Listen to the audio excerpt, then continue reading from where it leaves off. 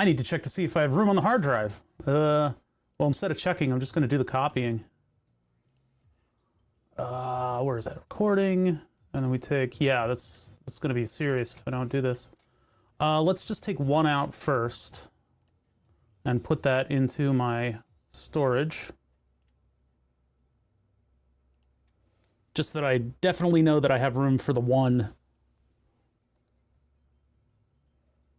Oh, how that speed drops so quickly. Why does the transfer speed drop so much? I mean, it is going to a couple platter hard drives, but they're working together. We really need to figure out how to get the smart status through Node-RED on those things so that I can have a warning light for if something serious happens to my streaming storage hard drive. Actually, well, the stream storage hard drive is not so much my concern. It's more the file server. And I really need to build like a second file server for only streams, because those are just stored on regular old platter drives. I don't know to what end. I don't know. Is it all worth it? All of my e-waste, all of my electronic garbage. Pop out the chat, close this. There's something special about the nature of the streams in that it's live, and that I'm working on it now, and that we're not cutting old footage. I could always cut old footage. Could always do that. But instead, we're doing it off the cuff. So maybe storing it is doing it a disservice, philosophically.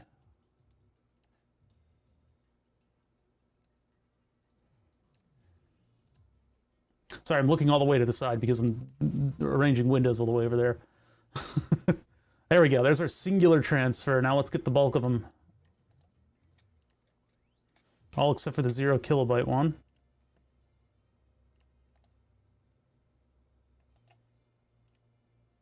Hopefully there's space. I guess if it transfers, there's space. So there's space on that drive. I might have to buy another 6 terabyte drive again. Oh boy. Or buy an 8 terabyte drive and take one of the 6s out of the file server. That's what I've been doing. Actually, I think it's 6s that I'm on. So I should get a 6 terabyte file, a 6 terabyte drive, take a 4 terabyte out of the server, and then that'll give me my finally my Z+1 pool. Crazy to me how you can just pull a drive out of a Z pool and then just recreate it out of nothing. This thing has been moody. We're gonna solder to it in just a minute, but I haven't been able to get channel 1 to do anything. This channel up here. This is the one that acts up when I hold my hand near it. Today I turned it on and it just simply did not work.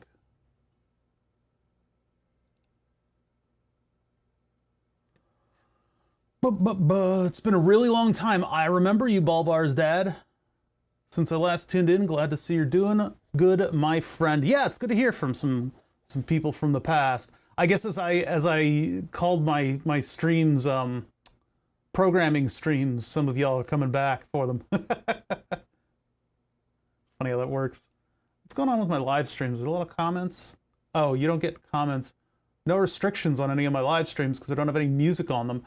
I'm looking at YouTube right now. This is the YouTube thing for live streams. Streaming software. Just streamed. Yeah, I mean, like nothing is like monetized here, and there's no stats about any of them. So, and then for videos is what YouTube's all about. This is the one that has views. So the last one that I uploaded, which is 100 from when I started streaming on YouTube as well. Like I started dual streaming. I still have like 100 videos to upload still. All right, stop looking at that because it just gets me depressed. Don't look at your own stats. Just don't do it. We're gonna flip this screen 90 degrees today, so we'll do a little bit of soldering, and then maybe that'll fix this channel that's not working for some reason. I don't know why it ain't working. Channel 1, channel 1, channel 1, channel 1. If I give it feedback noise, that should probably be more prominent. Usually there's a lot of prominent noise when I touch the thing like this. It's a 60 hertz hum.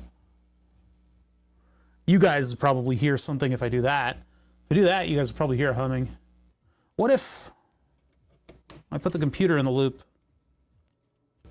Everything blows up. That didn't fix it.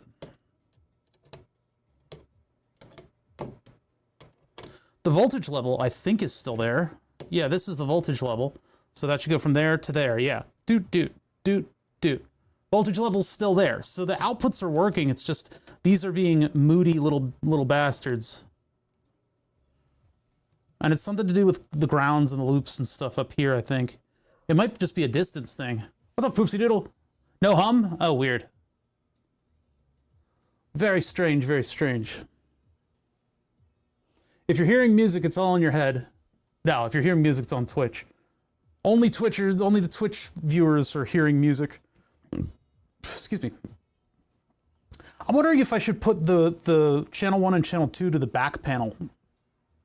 I could have another 2 HP module here that would connect to a back panel plug, and then I could plug in the scope behind, and I wouldn't have these banks used as scope banks. I don't know.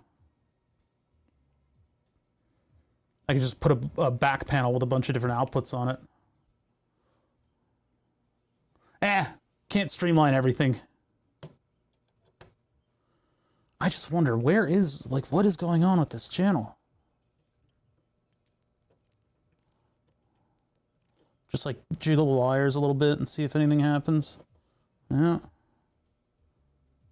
Touch the outputs. No. What if I touch the outputs up here? There's nothing coming out of the chip. What's coming into the chip? There's serial clock. Actually, it's 2. This is some other clock. Same thing down here. What? Yeah, same thing down here. Okay. DN. It's a mess because I don't have ground. It looks like there's the ghost of a DN there. Well, that one's not showing up at all. LR clock. There's LR clock. LR clock. Ground. VN. VN. Yeah. DN. DN looks a little weird. DN looks a little weird on that channel. I have to get to the bottom of this. Might have to investigate.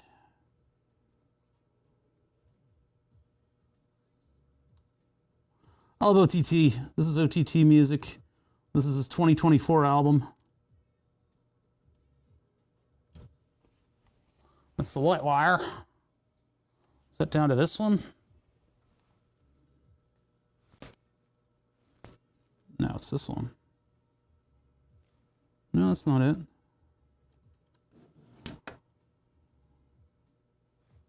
There it is. That's our weird-ass signal. What could be doing that to it? Bad connection, maybe?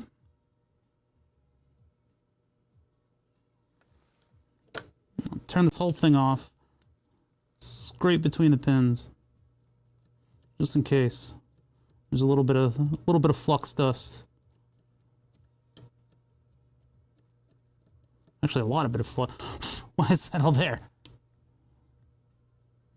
And we get a signal. Nope. Get your stupid ass working again. Let it power down. I see a little speck in between these pins. Oh. Fully power down. Now I can actually scrape between stuff without killing my chips. Okay, check for dust. Check for dust. Looks pretty clear.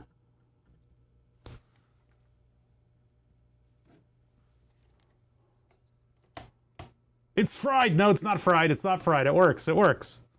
It works.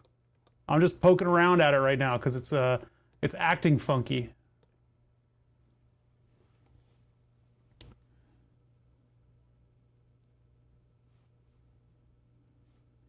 Nothing.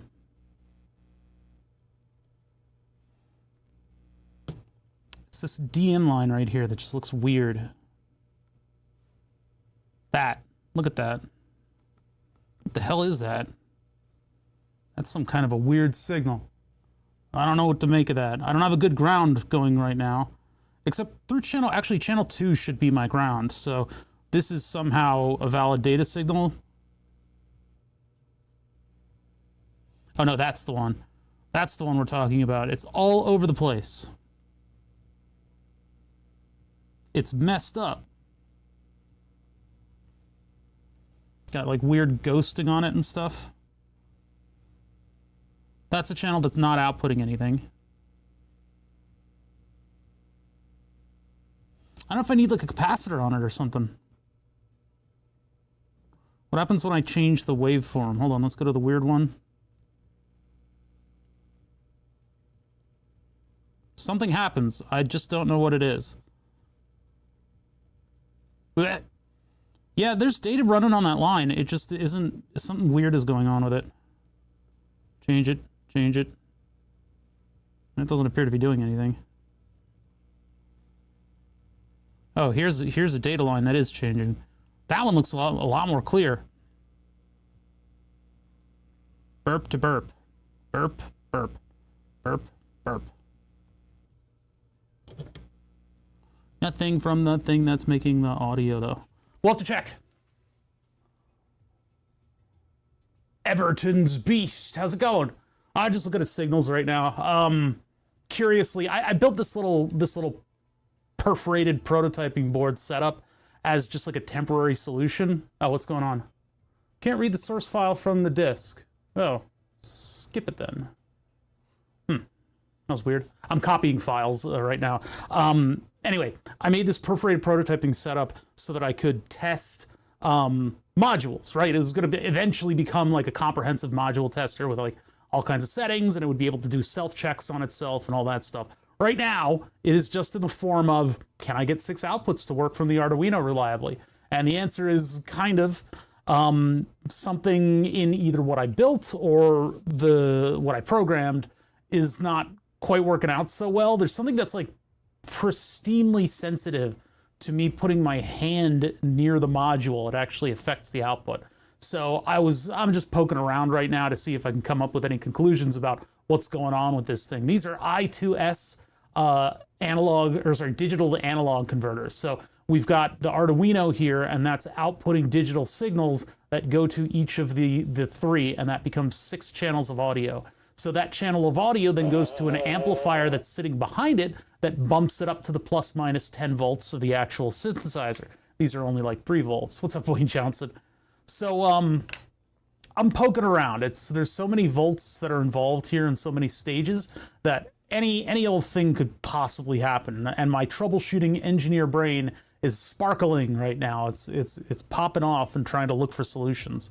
Once we can get this thing to be like a good module tester, then I can move back to the mixer for a little bit.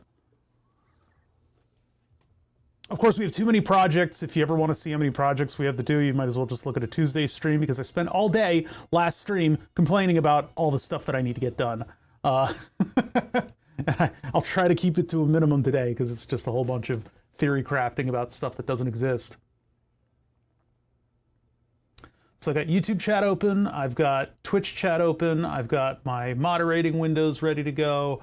I have moisture here. The dog has been walked fairly recently. The garbage is being taken out right now. So I think everything is done, and we can sit here and concentrate on work.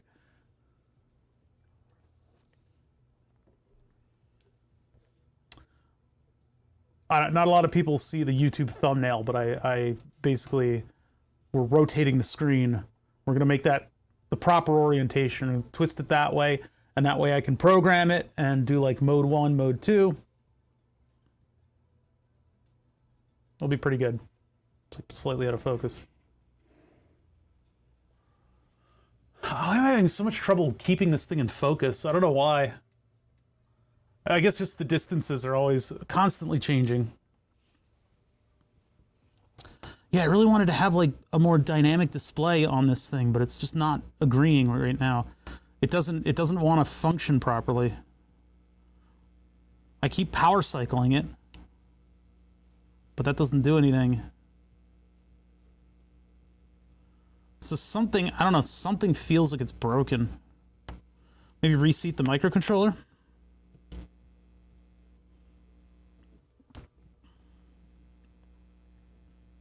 Or maybe there's an analog, some kind of a thing that I'm not connecting that is affecting that pin.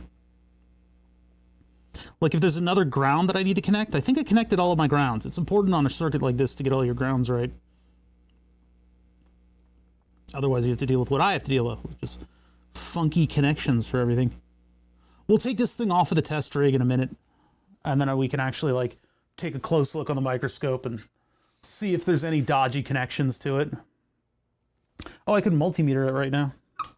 I could multimeter. You can shut it. Let's go with ohms. Get the scope out of here.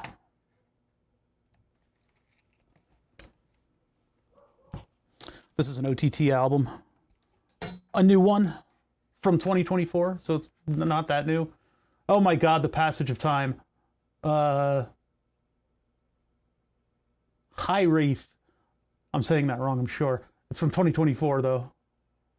OTT. On YouTube, you guys aren't hearing it, but there isn't anybody there on YouTube. Nobody's around. Okay, so from the problematic DN, well, actually, let's take a serial clock first. So from serial clock to, and I don't know where serial clock goes to, so we can just find it. It's probably one of these. Those, I think, are for the screen. Serial clock. I can hear garbage collection outside, so Willow's going to kind of freak out and start barking at everything. It has been raining for like a week here, so my dog is not exactly happy because she hates pooping in the rain.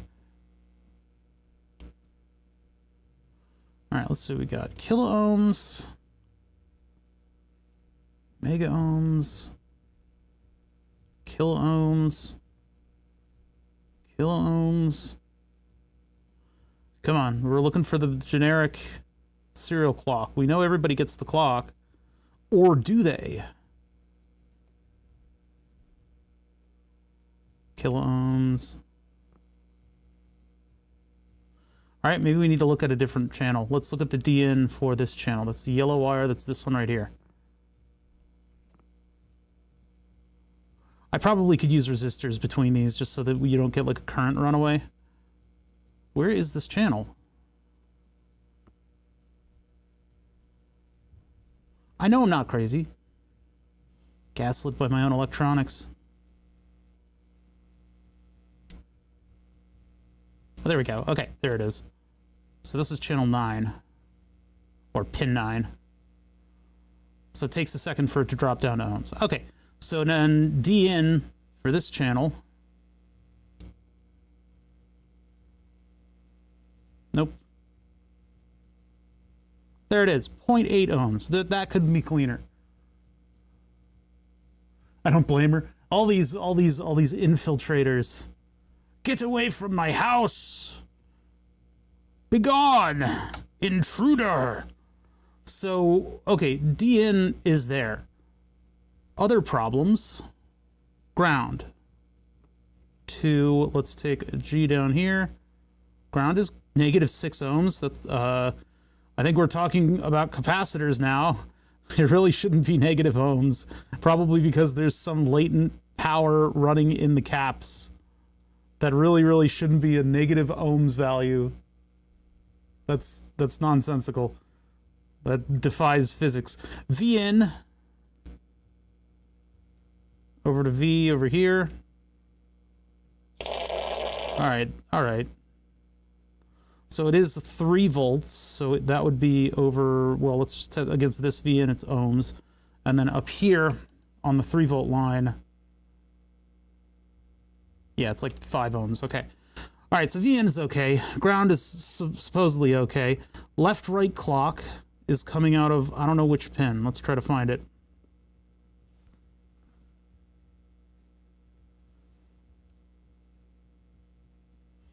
I think some of them are over here. I don't know which ones, though. Or that might just be for the screen. That might just be I2C over here. They might all be right here. Let's see. Ground is... That's connected funky. It's on the blue wire. The blue wire comes... Oh, that's ground. Why am I looking at ground? We'll get LR clock. LR clock comes from... this wire. Purple. LR clock is purple. Purple comes in... I want to say down here.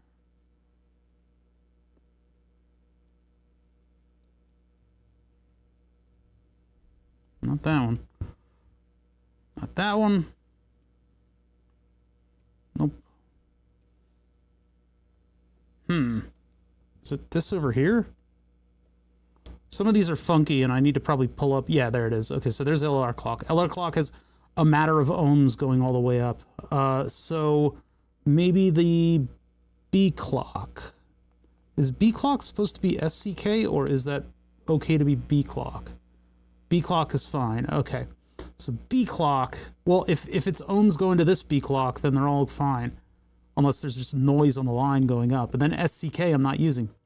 So the connections seem completely fine. It's just that it doesn't work. Because it always happens.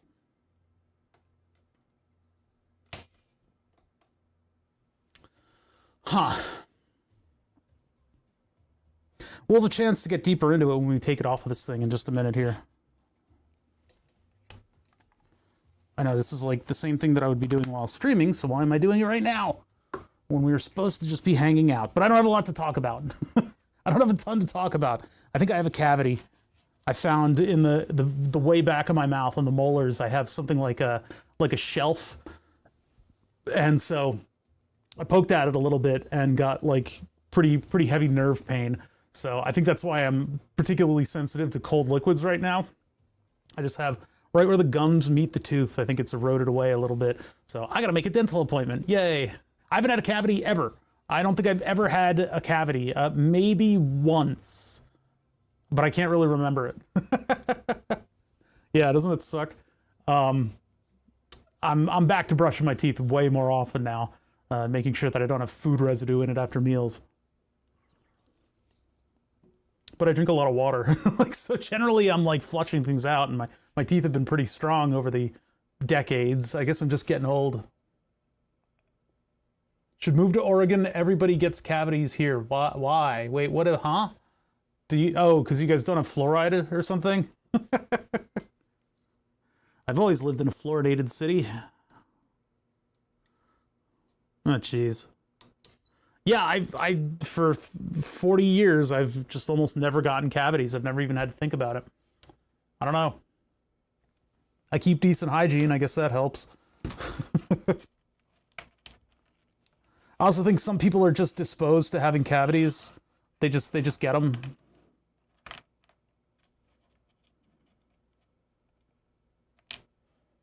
I know so many people that have never had one until they moved out here. Jeez, that's weird. It's not like I haven't been drinking tap water. I drink tap water in the morning all the time. I think just those teeth that are next to my where my wisdom teeth used to be, I guess the gums held on to food matter without my knowing it. And so I need to be a little bit better about cleaning my mouth out after eating a meal. That's all. It's food matter that sits on the teeth are what really do major damage. That's why potato chips are so bad. Because when you eat potato chips, you get all that potato matter stuck in your mouth, unbeknownst to you. And it stays there. It's like a little half cell reaction causing rust. Why does this thing say there's plenty of audio when there's nothing? Oh, it's just noise right now. It'll come back. That's crazy. Well, that's fine because we're canceling fluoride and everything. So the dental industry is going to be doing gangbusters, I guess, soon. Everybody's going to get cavities again.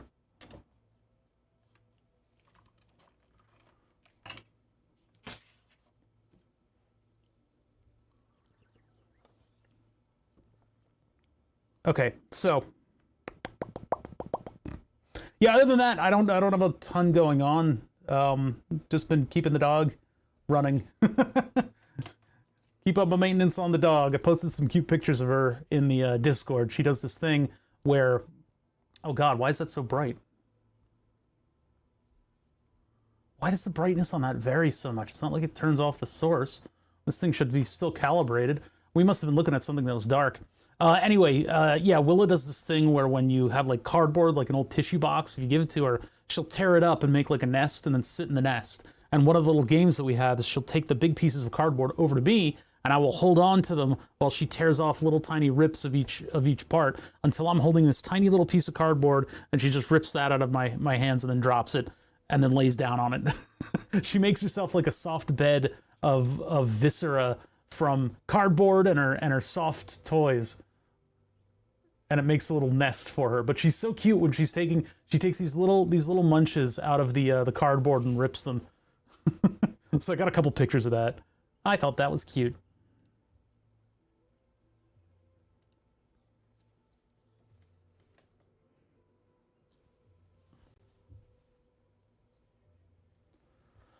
Let's see, and then software-wise, what do we have to do with the module tester? Flipping the screen is the easiest thing for us to do. That'll be nice and easy, and then I can put a title up top. I can just say, like, test 1, and then below that, I can split the screen into 6 pieces and put all the information for all the 6 testing things there so that I know what the channels do, where they're positioned and what they do. So that's what we're going to work on today. There's going to be a lot of little screen things that we have to kind of organize here. Figuring out a way to display that properly going forward is going to be a little bit more complicated. Whether I use like a menu system or something else, I don't know. Excuse me, I'm burping.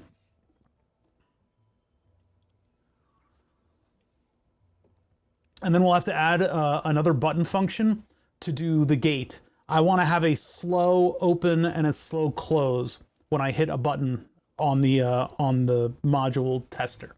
So it'll slow open, slow close, just over the course of like a couple milliseconds or, well, tens of, maybe half a second to open, so that if we have a gate signal, we can hear it swirth in and then hear it swirth out.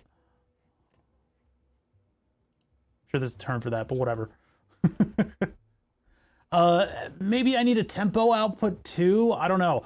Waveform output we'll keep to the one that switches between the 2 extremes. Although maybe just between C and A4 for now until we actually get to testing of ECO. Basically what I'm thinking is I want to hook the M303 up to this thing and have that be able to make it work. And the M303 has a bunch of different inputs, and I want to be able to sort of wibble them all around and know that I'm actually doing that. So this unreliable channel is something that we really need to get to the bottom of. Just when you know I'm here and watching, well, it's good to know. Thank you. Yeah. Life sneaks up on you, huh? I have to do all of my medical appointments. I haven't done that iron in the blood thing in a while. My literal bloodletting where I have to give them a jar of blood. It's now a jar of blood, by the way. They just have a jar. They have one of those vacuum jars that they hook up to me. Wibble is a very technical term. Yeah, wibble, wobbling, woobling. They're all different. They're very specific. You gotta get your technical language right, chat. But yeah, I need to do the jar of blood visit. My primary care doctor is retiring. It's like, what do you do? Like, he was this grumpy old man that I would go see, and he'd be like, your generation had it pretty bad. I'm like, yeah. I'd constantly try to get him to laugh, and he just wouldn't. He just had, it wasn't that he didn't think things were funny, it's just that he just didn't have the capacity to express laughter or joy in any way, shape, or form. Miserable man, it was very funny to me. But he's retiring, so I gotta find another primary, which means I get to try to convince them that I do in fact have ADHD. Which is always fun. I go, hey, I've been on this medication since I was 15 and you were an embryo. I need to be on this medication. You won't lose your medical license, I promise. Doctor retired and all that history, I feel pretty much blown up. That's why I go to a hospital system so that I can find another doctor within that system that my crap covers, at least for now, until the government destroys it. And then, only then, will I be able to get my medication again. I don't know if there's gonna be a lapse. I might as well take a break from streaming, because that you'll get full scatterbrain, no bother.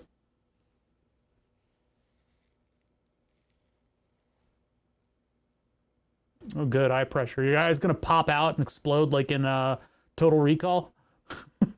My eyes.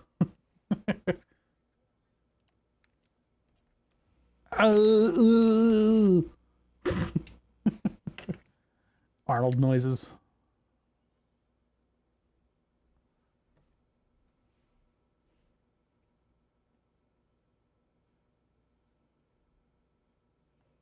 These would all be well and good if they actually did something.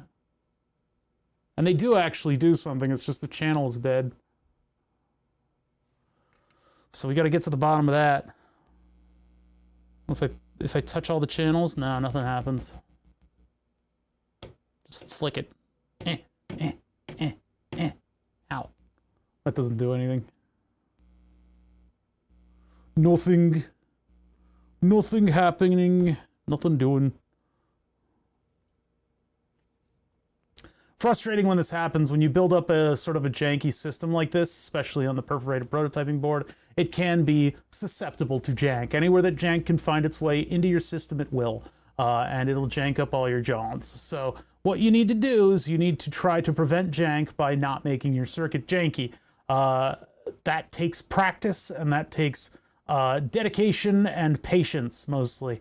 But we are going to do the alternative, is that we embrace the jank, and when we find the jank getting in the way, we very kindly usher it out of the way. And that means checking on individual connections to circuits and maybe redoing solder joints, or, you know, just trying to get to the bottom of something. I mean, why would one of these channels be messed up? I don't know. Maybe we can probe it out of this thing. Although we did do a little bit of probing, and it doesn't appear to have given us too many avenues to explore. There's definitely nothing coming out of left channel here or right channel here. This would be a very small signal, though. This would be hard for us to actually see on the scope. That would actually be much easier to see now. Then that, what is that little piece of noise? What about this? Yeah, so nothing is coming out of the chip. That's what's really happening here. The chip, something the chip doesn't like. Oh, you guys can't even see. You can't even see what I'm doing. Blah.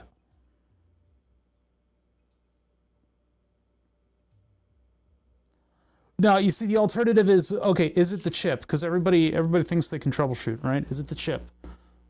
So take this one out. Take this one out.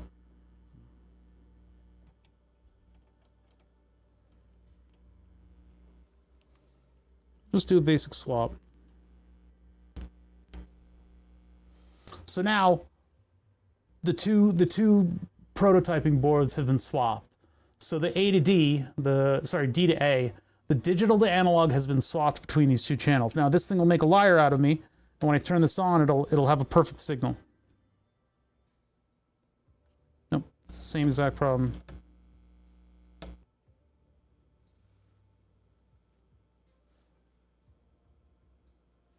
This album is very cool. I like this album a lot.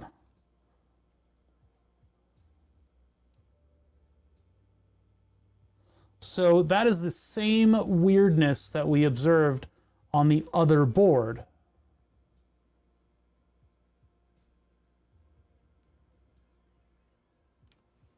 Turn off again.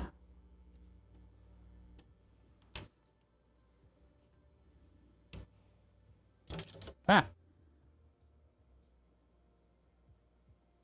This type of music pleases me. All right, so what's the difference between these?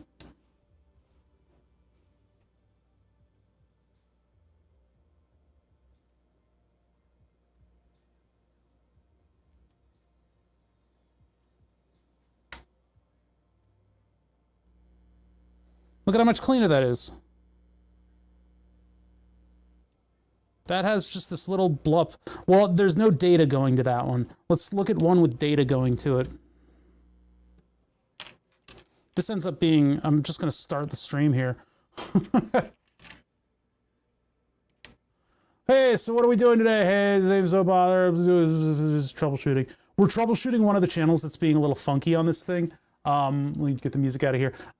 Basically, what we're doing is we're trying to get my module tester in shape to test modules. And so in order to do that, I need a couple little things that I can control to make my life easy. And so I need a gate signal, I need waveforms to come out reliably, and I need just a couple other little poopy little things. We're going to turn the screen 90 degrees. So that'll be the big soldering job that we do today. And once we turn the screen 90 degrees, I can put mode up at the yellow top part of the screen and then split the rest of it into 6 pieces where I can put the data that's on the channel. So I know what channel's doing what, and I know where to plug my headphone cables into. What I've been doing right now with the module tester is trying to troubleshoot this channel. This is channels 1 and 2. It's these 2 plugs right here. This is the amplifier. The way this thing works is we have an Arduino running I2S, which is a form of digital audio communication. It's based off of I2C in almost no way, but it's the same sort of thing, integrated circuit audio or whatever. So anyway, the audio signal, the digital signal comes out of here. It's bused to the 3 modules, so they all share a left-right clock, and they all share like a data clock. But the data to each one is different. So you have channels A, C, and D. Channel B is only accessible through the underside of the board, so we just don't use it. So anyway, we know that one of the modules is having trouble. When we try to observe channel 1 and 2, there may be a sine wave there, but if I actually put my hand near it, it cuts out. And then sometimes I get what I'm getting right now, is where I power everything up and then just nothing happens. So during the beginning of stream, I actually tried to ohm it out and figure out whether or not all the data lines were coming in to this channel, and they are. So like, what the hell's the deal? All the ohms are all the same. You know, sometimes there's like a bad connection. Maybe I'm running it a little too far and that's affecting the signal. Because when I switch the 2 output modules, there's basically digital out to the I2S module, then audio, analog audio out to an amplifier that then boosts it up to 10 volts, the plus minus 10 volts that you'll find in a synthesizer, in a Eurorack synthesizer. In terms of troubleshooting, flip the 2 modules, nothing changes. Flip 2 modules, nothing changes. Ohm out all of the digital signals. Everything is the same as the other channels. Look at the signals at the source. Something might be funky with the digital channel here, but nothing is going to this channel because we reprogrammed the device. This one of the channels is running the DC output. So what I can do is remove that and we'll compare the signals here to the signals here. It's just a process of elimination. So there's that BCK. There's the same BCK. That looks at least reliable within itself. It just looks a little weird. Is that a different offset? No, they're like the same thing. Okay. Below the BCK is the serial data, and the serial data on the bad module looks like that. Serial data down here looks like that. Much, much cleaner with a little bit of a weird ghosting signal going on there. Now the trigger is set very stringent. So if I reset the trigger on this a little bit,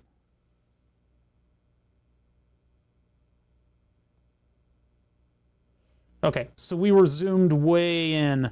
It looks like this one gets more varying data, which is why it looks all ghosted like that. This one is getting the same voltage level every single time, so it's going to look a little bit more consistent, whereas this one is running all of the different digital signals associated with the sine wave, which is why the 1s and the 0s are flipping all over the place. They do look like they overshoot quite a bit on the voltages that they're supposed to get to. It's possible that putting a resistor in there might help it. Yeah, the fact that it even reliably reads that is maybe beyond our capacity. Maybe I do need to put like a little 1 kilo ohm resistor on each of these, because that looks like it's way crazy overshooty. And that may be what's causing the problem, is that when it goes all the way up here, it's just way overshooting all the bits that it's supposed to get to. So if we make it overcome a resistor, that'll damp the signal a little bit because it has to get the current through the resistor in order to assert the voltage level. Would a capacitor? The capacitor wouldn't do that. Would it? A high frequency? Yeah, maybe a high picofarad capacitor.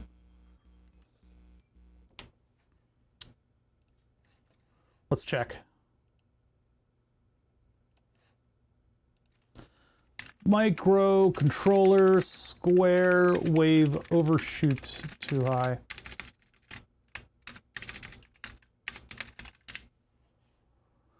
Don't give me high overshoot on a microcontroller generated square wave can be caused by a few factors, including the microcontroller's output characteristics, the load, and don't consider adding decoupling capacitors, resistors, and even Schottky diodes. I don't know about Schottky diodes, but I mean, we have ringing on the circuit. That's a good way to describe it. Blah, blah, blah. Antonino. 50 ohm resistor on the load. We can put 1 kilo ohm resistors on the load, and that might just solve all of our problems. It's basically a current overshoot kind of thing. It puts a whole bunch of energy into this, and then it goes, oh shit, I overshot, and then blah, blah, blah, blah, and then it evens itself out over time. But our signals are so fast that overshoot is causing us issues. So that's problem number one. Problem number two is rotate the screen. Get rotated, idiot.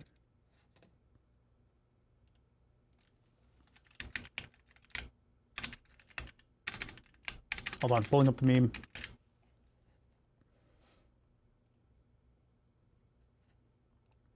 we get like a GIF of this? There you go. Look at me. I'm hip with the youth. I know the memes. I know memes. I know memes. Yeah. Okay, anyway, that's what we're doing to the screen. Which should be simple enough. It's just going to be kind of a pain in the butt to get the wires over to where they go. So let's power this thing off and let's get this thing off of here and we can solve our problem. I'm pretty sure that overshoot is our problem. I'm pretty sure. It's just unable to get the signals that it wants to get because we're overshooting everything. If I add 1 kilo ohm resistors to each of the digital outputs, I think I'll be in better shape. Probably it should be 1 kilo ohms going into these, but we'll just, I don't know, we'll just plan accordingly. All right, yeah, unplug this from power. This thing is pretty mobile. We just need to release the 4 little hold downs. You can wiggle this thing free. Get rotated. There we go. Okay. So that should be pretty easy to add 1 kilo ohms on all these lines because I did a scheme of jumping over 1 pin with the wire. So the microcontroller's over here, and here's all the things that I need to add 1 kilo ohms to. So I can just stuff a 1 kilo ohm resistor in instead of all of these. This is why I do this method, is that you can come in here and you can edit stuff later. I just need to make sure that I get it on the right channels. It needs to be on serial clock, DIN, and LR clock. LR clock is slow enough that it can be kind of weird, but if I fix these, I might even get better signals. Actually, to be fair, should it be from these, or should it be one from the micro? How are these getting in? Oh, these are crazy and a mess. These are all over the place. Wait, where are my actual digital inputs? Here. Going downwards. Is that going down? Yeah, this is top there going down. Yeah, maybe we should put them in over here. That should probably be the place that it goes. It should go for each of the modules. There's some... whenever you do perforated prototyping board, things look very sloppy. You just got to live with the jank. Live with the jank. This isn't supposed to be a permanent thing. Yet it is. The thin red wire. There's some really weird stuff that I did with this one. Like using the headers for the through-hole chips as a wire organizer. This is probably pretty bad for noise. Let's be honest. That's not the best thing for noise, but it should be okay. I'm not exactly going to come in here and use coaxial cables for everything, although since this is instrumentation, I probably should. That's actually not something that would be that bad for instrumentation if I wanted to be super duper duper precise using like shielded connectors. That's well above and beyond the Call of Duty. This is just a dinky little audio electronics thing. It does not need to be that comprehensive. But these 3 lines here, this BCK, what is it? BCK, SCK, and data? BCK, DN, and L clock. These 3. So we need a bunch of 1 kilo ohm resistors. Whatever's available. I'm not going to use up my 0603s. I have 0805s by the bushel. We buy 1Ks by the bushel because we use them a lot. So I've got a bin completely filled with 1 kilo ohm surface mount resistors. If you're not familiar with you're familiar with surface mount. I'm not going to even go over that. That'd be silly to go over. If every time I bring out a new piece, I have to go over. If I put some F beads, which are very explicit things? Are we ready for bead play, chat? Are we ready for bead play?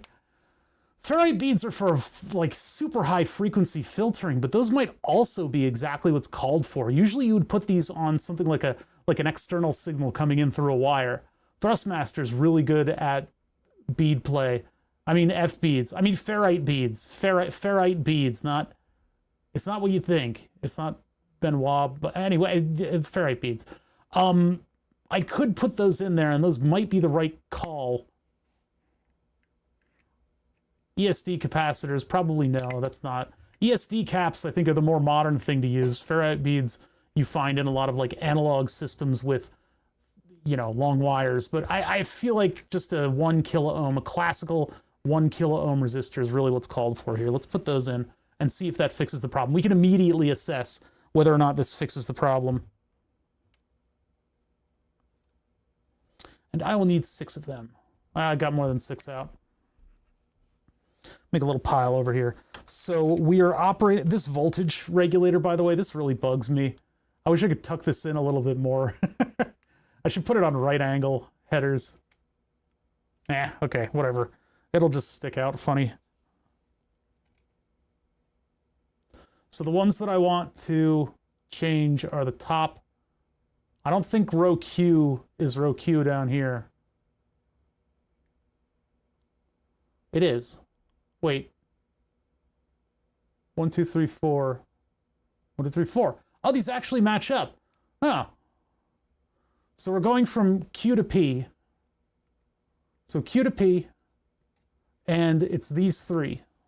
The ones that aren't big buses of voltage. All right. So that should be pretty easy to identify. And then I want to sneak the resistors in between these two. So let's turn the soldering iron on. Let's get that going. This is a kind of a too big of a tip. Yeah, let's go one size smaller. One size smaller on the tip.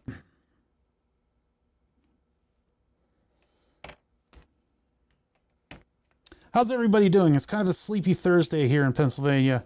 It has been raining all week, and it is going to continue to rain until Saturday, I think. And my dog doesn't like to poop when it rains. She doesn't poop when it rains. Actually, she did for me this morning. She did just fine. Although I don't know what it is about the dog.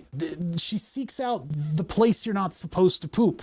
You're not supposed to poop where they've removed 3 trees and the ground is all supple and the grass is brand new. So that's naturally the place where she decided to wander around while I sat there stomping the grass, because I didn't realize that I wasn't supposed to walk there. Towards the end of the poop, I was like picking up the poop and my foot hit this really soft spot of grass. And I'm like, oh shit, this grass is brand new. All right, I gotta be careful not to add heat for too long to these pins because I don't have anything plugged in. It would probably be good practice for me to plug the module back in. Let me do that. I'm going to plug the module back in so that I don't end up melting the individual pin, because this plastic is not that great at soldering temperature.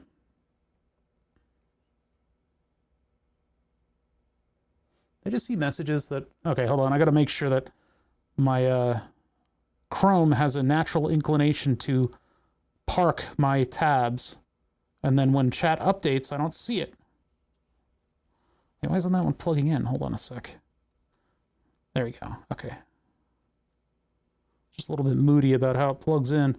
Why is that? That's all weird. This one must be a different module. Hold on. One sec. I'll get to chat in just a sec. Yeah, the last chat that I see is module tester. And I know I just saw one of my other windows move, so hold up one sec.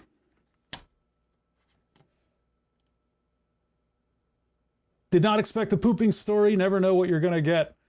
Do you think you have a capacitor that isn't doing its job? No. So here's exactly what's going on. I know exactly what's going on. Yeah, sorry. When you get into dog ownership, you talk very openly about the poops.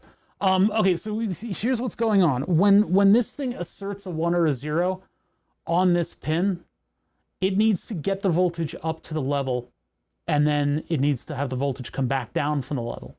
And instead of just getting right to the level, what it's doing is it's doing this LRC thing, which is sort of a control systems concept, which is the whole thing about damping, which is where it gets to that signal level, but it overshoots and it goes a little higher. So then it goes a little lower, and then it goes a little higher, and it goes a little lower, and it goes a little higher, and it goes a little lower. But it doesn't oscillate because it's damped. So it'll go higher and lower, and then a little bit less high, and then a little bit less low, and then a little bit less high, and then a little bit less low. And so you get, instead of something that looks like a square wave, it looks like a blah, blah, blah, blah, blah, and then it comes back down to the right voltage and sort of stabilizes until it drops.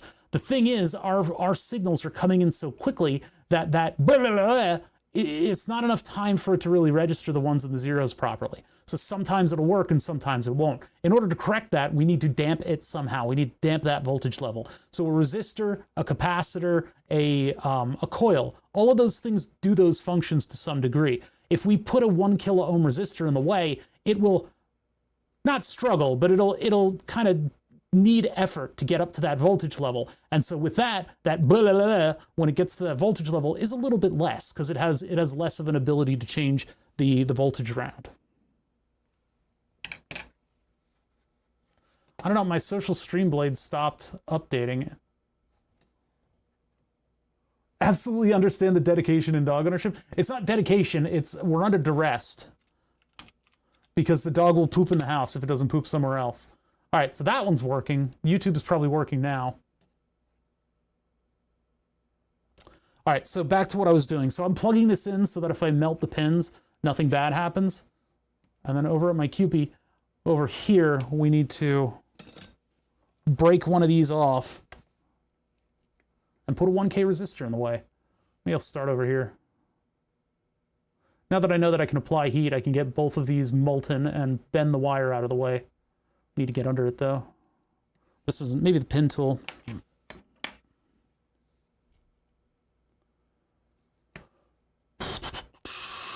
Little edits, little tiny little edits on these things.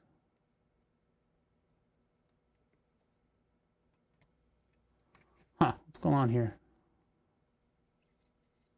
I guess I could just do that.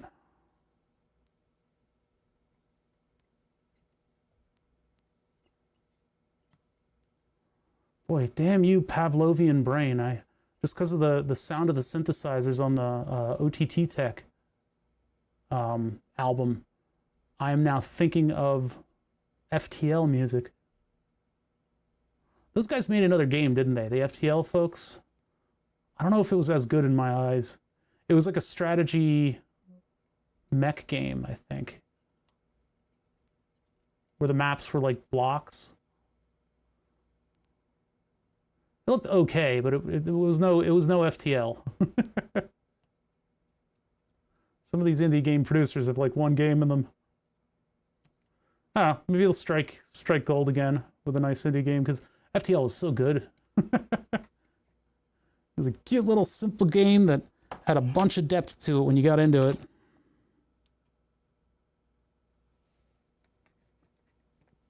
And it really made you feel like Batman. Okay, so it's these three.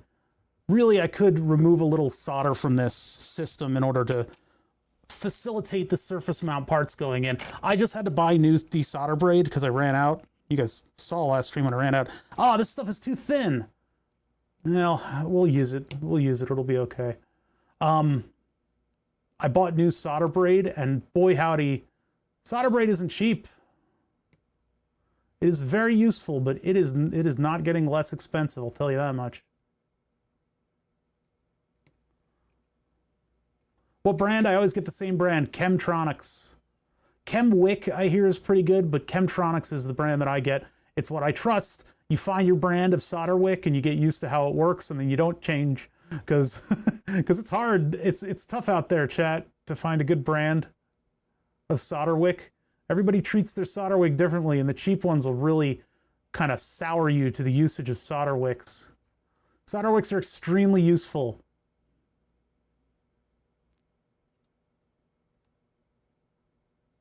MG Chemicals, Chemwick. Yeah, Chemwick is the other one that I keep hearing coming up. All right, now we can put the resistors in.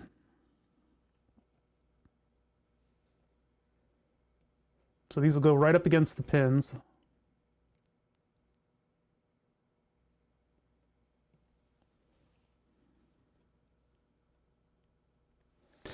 All this just to keep my ones and zeros from becoming 1010s.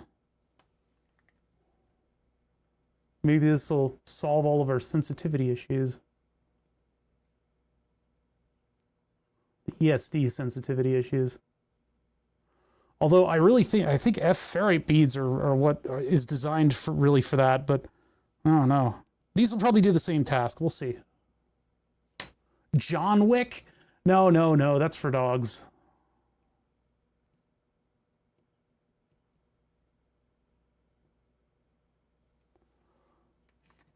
All right. 3 1 kilo ohm resistors. Oh, I need solder. Donk. Bring that thing down there. My overly expensive solder reel. If you solder as much as I do, it's really not overly expensive. I just can't live. I've got that like FOMO, not FOMO. I don't know what it is. Sunk cost fallacy. That's not it. Skeletons in my closet? No, that's not those skeletons.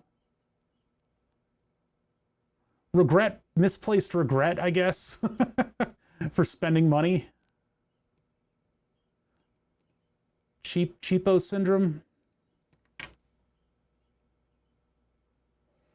Idioms in your back pocket. No, you're an idiom. I'm not an idiom. User was banned. Okay, that's pretty good. I'm just leaving these hanging over here. It's not that big of a deal. I could cut them, but no, I'm more talking about the regret for having spent the money on something which is misplaced. Okay, let me move the module down so that we've got another heatsink in place.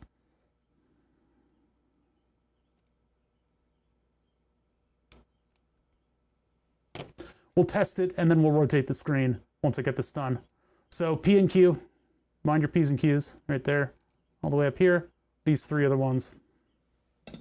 Now this one goes on to do other stuff, so I've got to be careful about moving these. It basically is bused to the other channels. The bus. Let me do this one first then. Just get both of these to be liquid at the same time. I'm just going to rotate this around. And the 1K will go right there.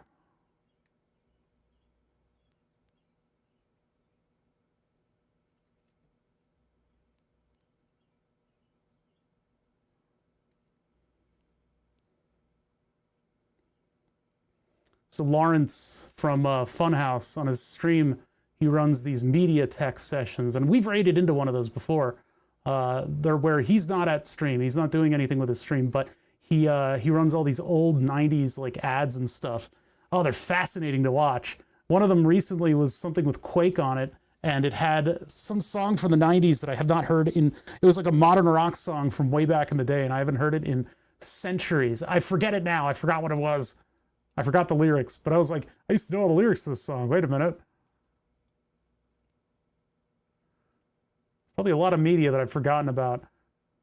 Those 90s game commercials and 80s and 90s game commercials were amazing.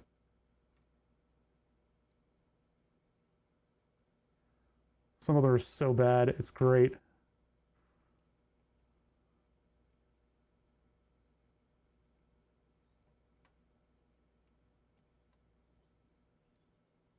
Must have been love, what it's all about. Yeah, that's the song. No, that's not the song. Butterflies.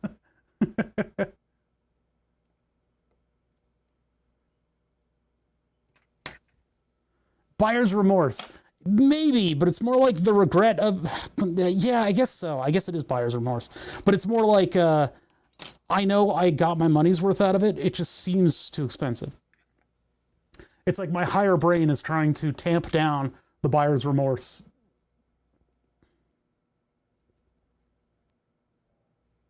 But yeah, in the end, that's, I guess, what it is. It's just buyer's remorse, just an advanced form of it.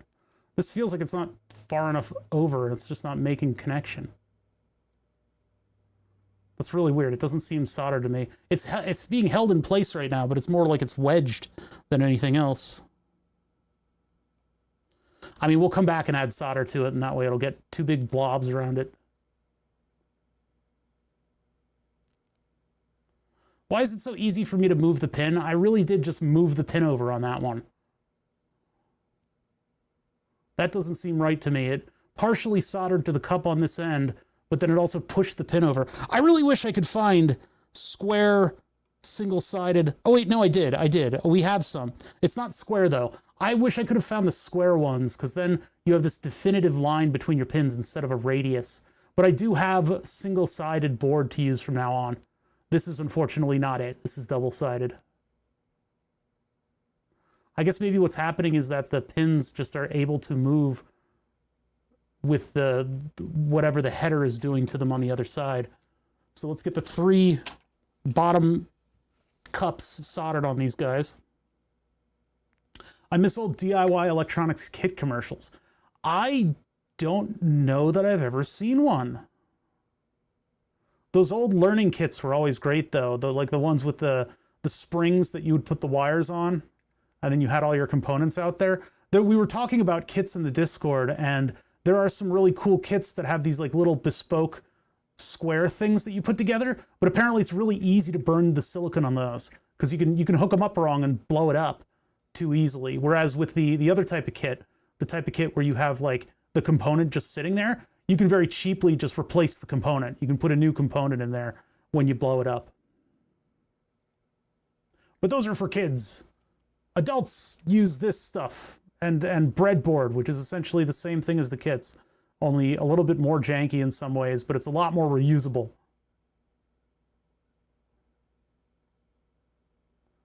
It's like the, what is the other building kit other than Lego? Big Blocks or something? All right, I guess those are good. Oh yeah, see, they're all sticking up like that. Oh, that's a little weird. I can be okay with that, though. It is a little strange, and maybe that's... I don't know why the resistors wouldn't have laid down a little bit more, but if they're sticking up like that, that means that it's not going to short between the two pins. So that's actually okay. It's not good, though. Snap circuits. My nephew had some of those, and they were shocked. His kids were shocked when I was able to make an LED blink using the snap circuits without any instruction. They're like, no, you just follow what's in the book. I'm like, listen, there's more to it than that. I am a magic man, full of magic and wonder that you will never understand. Oh, indeed, I know the old spells. Watch as I manipulate the ether.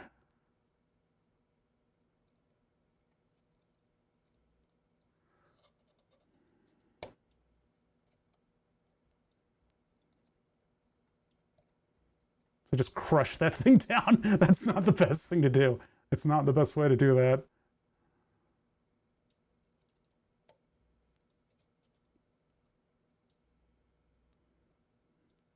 I think there's like an extra piece of wire in here that I just need to extract.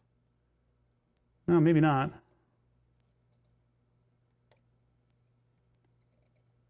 Yeah, it's going to be a bitch to remove if I ever try to.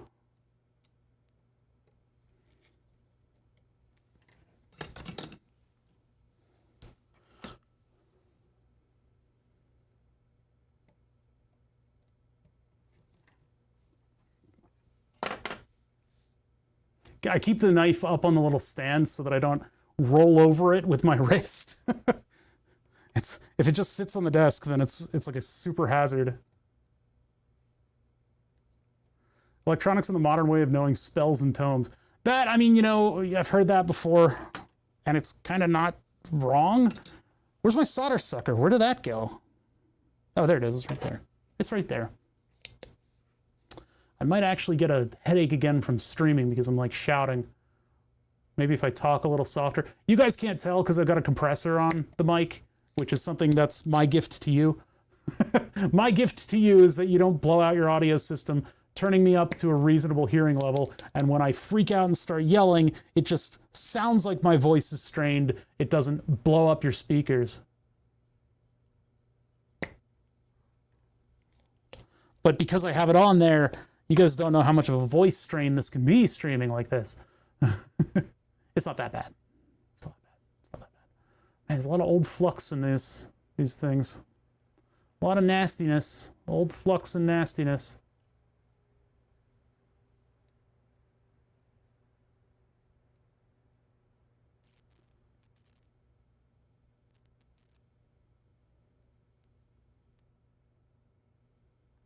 That one's probably settled down further parallel to the actual PCB. We're sort of after the fact inserting resistors, so they tend to be a little weird. And I finished Andor last night. I actually watched that show. That was a good show. You did a good job. Is there supposed to be a third season? I'm not sure.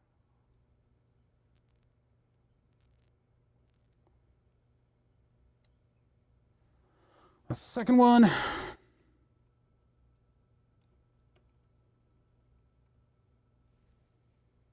then this will be the last one.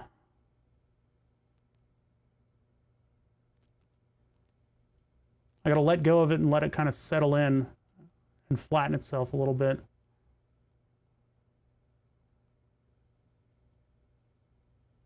Yeah, that one's offset a little bit because of that piece of wire that's still in there, but I'm willing to accept it.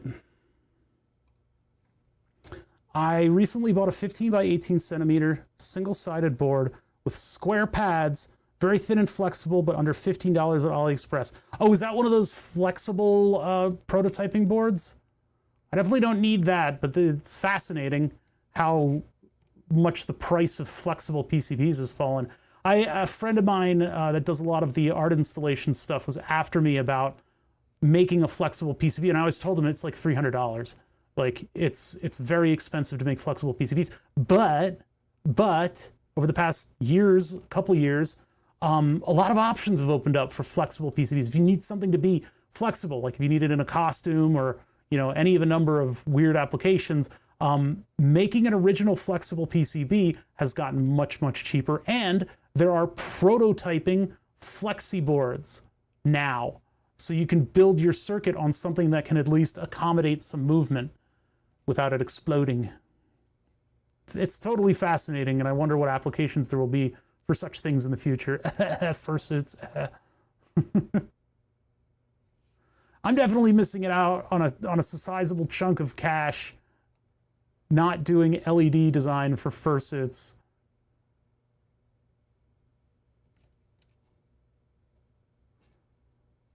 I guess these will be okay. They're not sitting down flush to the board like these are and the ones up above are, but I guess they'll be okay. So let's test this thing and make sure that it still works, that we didn't just break the whole thing. Because that can happen, where you alter a couple things and it breaks the whole thing. But I think this board is stable enough. It's a little bit too compact, but it is stable enough that I'm pretty confident that what we did didn't break the whole operation. We might have even improved things if we're lucky. There's a chance.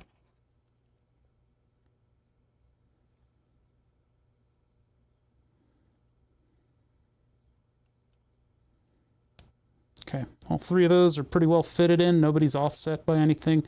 We're looking pretty good. We can test this down here, and I can plug it in like this, and then I can plug my channel 1 from the scope, which this thing is seeming a little bit more ridiculous as time goes on, but it's okay. We'll get there.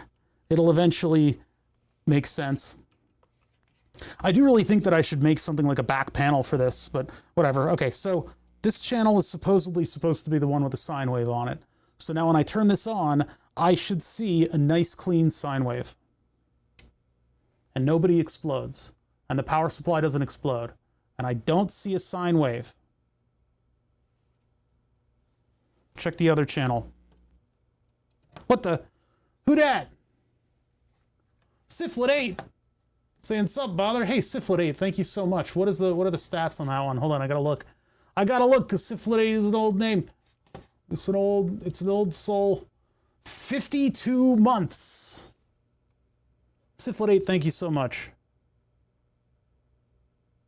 Oh wait, we want not 600 millivolts. I want 6 volts. Well, 10 actually. I want on the clock. and enough time scale that I would see something. It's still not working. Why do you hate me? Okay, so what about the other channels?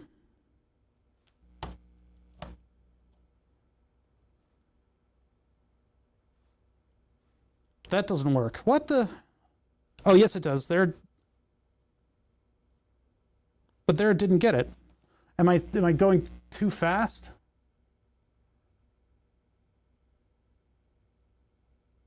Yeah, I was going too fast. Okay. So that one still works, but our weirdo channel is still weirdo. Although that's starting to look like... No, that's just noise. Oh, wait a minute. What the hell? We were too zoomed in. You know, it might have been working the whole time. Adding those 1K resistors might not have done anything. Those are current limiting resistors, but I think maybe this was working the whole time and I'm just too stupid. My time scale was so far zoomed in and the scope was doing the trigger level thing. So if I'd brought the trigger level up significantly, what that would have done... Hold on, wait, no. So I had it like this, and then we were zoomed way in on the waveform, right? So it looks like it's flat. But if I brought the trigger level up, I would have seen that the voltage level's traveling with it. So we were zoomed in too far. I gotta remember that with this scope. Probably in the settings, I can set it to go to the last settings instead of persisting. It goes back to settings that are for much higher speed electronics. Oh, and it's still doing that. Ah. Why are you still doing that? What is that? Stop doing that thing. Why are you doing that? Ugh. It's because I'm full of noise. And I guess there's not much I can do to shield this thing from noise. Do I have like a hanging ground? No, all my grounds are all tied together. All my grounds are tied together. This shouldn't do that, but it just does on this channel. Stop it. Stop. Does that have to do with this? Or is it the power? 3 volts messing up? No, it's just when I get close to ground. No, it's not.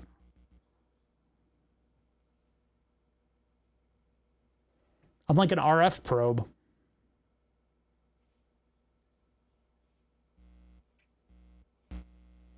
But if I influence ground over here, I'm fine. No issues with this ground. No issues with the capacitor barrels, which are connected to ground. When I get close to 3 volts, messes it up a little. But it's when I get close to these pins here, that's when everything starts getting hinky. I can touch the next row of pins. Nothing happens. But if I get close to these... Make it a feature with touch controls. Down here, nothing. Up here, everything. Down here, nothing. There's flipping between the 2 frequencies. It's not dependent on the frequency. That changes with everything else.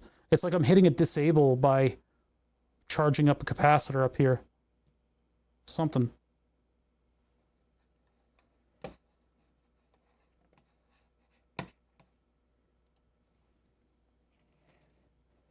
We've been over the solder joints in this area and we ohmed it out.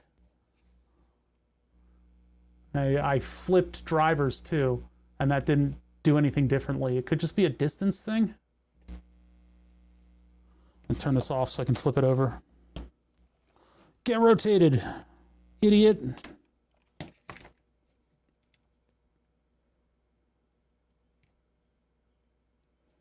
This is ground. Hold on. I need a pointer tool. Ground, ground, ground. Over to ground.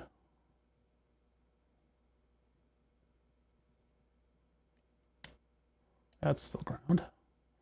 Over to there.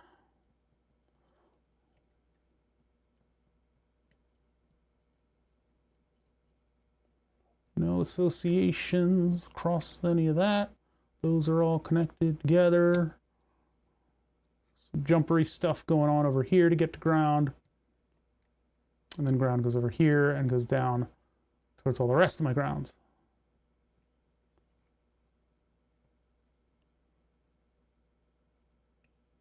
And there's nothing wrong with the solder joints. They look fine. Make sure to dig next to a couple of them there.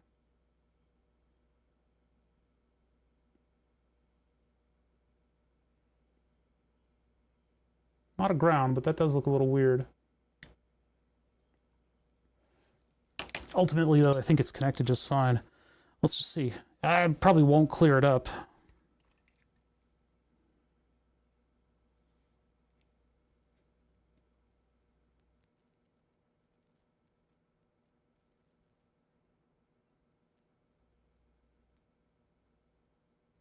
Oh, it's a little bit more definitive now.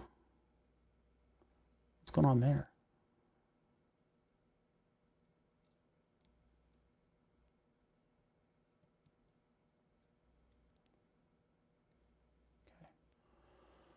That one wasn't even a ground connection. It's this one's ground. Ground and ground and ground and ground. And all grounds, grounds, grounds. It's all connected properly and it all works properly. There's nothing wrong.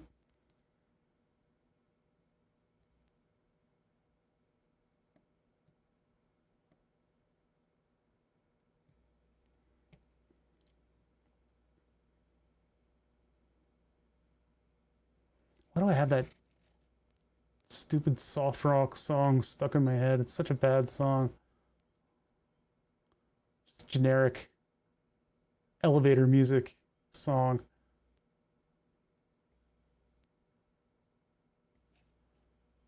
What it's all about. Okay, so over to here, down there, sneaking through, sneaking. Make sure that, I mean, we just redid this connection, so that one should be perfectly fine. Exhibiting the exact same symptoms. The ground is down here. These look okay. Not a little bit rushed for the amplifying circuit.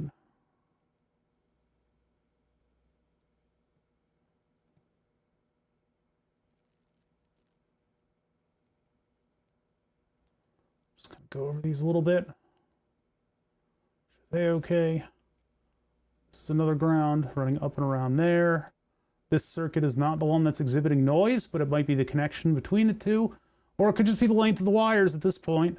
Maybe I need to put a capacitor before it or something. Filter out that 60 hertz noise that I would be bringing to the table.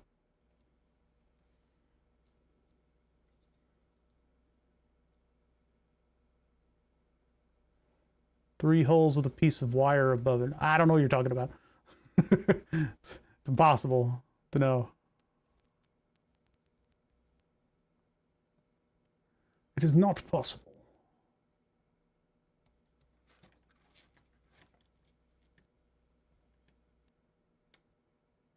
That looks a little dodgy, but it's still connected. It still has solder on there.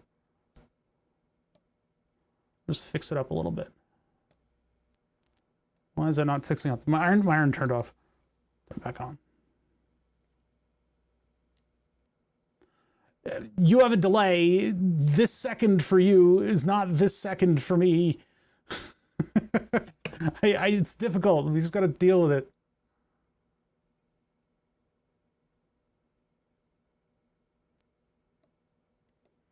I'm going to try to push that down and make it a little bit more compact. I think it's still a perfectly valid solder joint, but...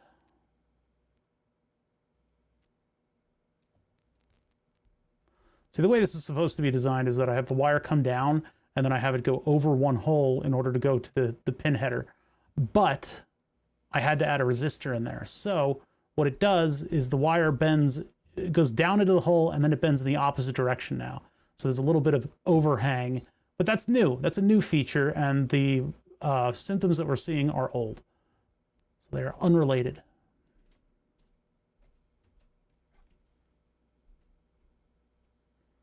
Row O, you mean? That's not 0, it's O. Yeah, that's exactly what I just described. I bent the wire in the opposite direction, but it's still perfectly fine. It's still attached to what it needs to be attached to. Usually I like to come into the other layer and then go over one, but since I had to add a resistor, instead I bent that little run of wire behind just to put it somewhere, and now it just looks like that. And that's fine. It still works just fine. But the symptom that we're seeing is something that it's been doing for a while. This is a new feature, this little overhanging piece of wire. And I could cut that and move it away, but it's not a big deal. Clearly, it's not causing a problem that we've already been having.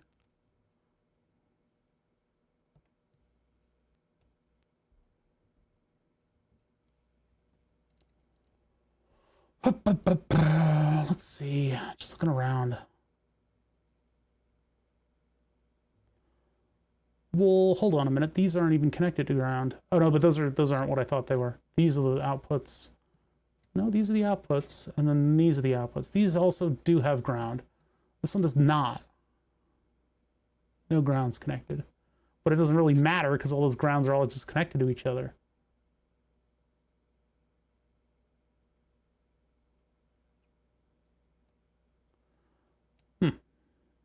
Yeah, I think I connected these in desperation because of what was happening. Because of the phenomenon. The Vonk phenomenon.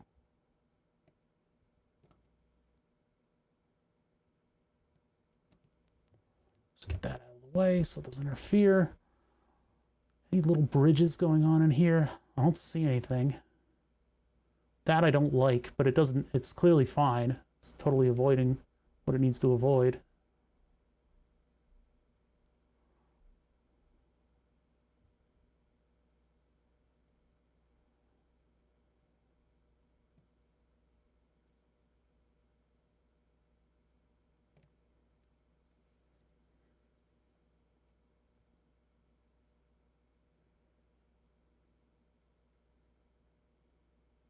I don't know, maybe I need a capacitor on the power over here. Let's put like a 0.1 off just right between power and ground there. Where do I have 0.1s? Well, I have F beads. Doesn't help. Somewhere around here I have 0.1 offs, so let's just find them, and I'll just chuck one in there and see if that helps filter out some of the noise. 0.7, 0.1, 0805. All right, let's grab one here. We'll just put it on this one because this is the one that's having troubles. It might even be that I need to put it on the output signal, but I don't know. Let's just give it the benefit of the doubt and put a 0.1 off between power and ground on the first one, which is just right there. I guess I could put it out here, but it can probably... yeah, we'll put it out here. I'll just get a little piece of scrap wire and put it out to that pin. Hopefully that doesn't melt the wire that's beneath it.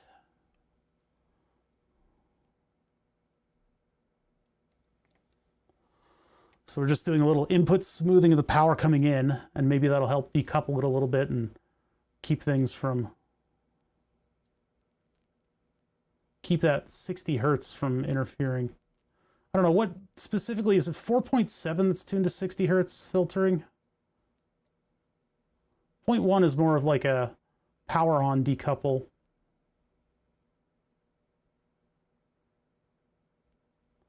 But any port in a storm. We'll try this and then we'll just go to rotate the screen.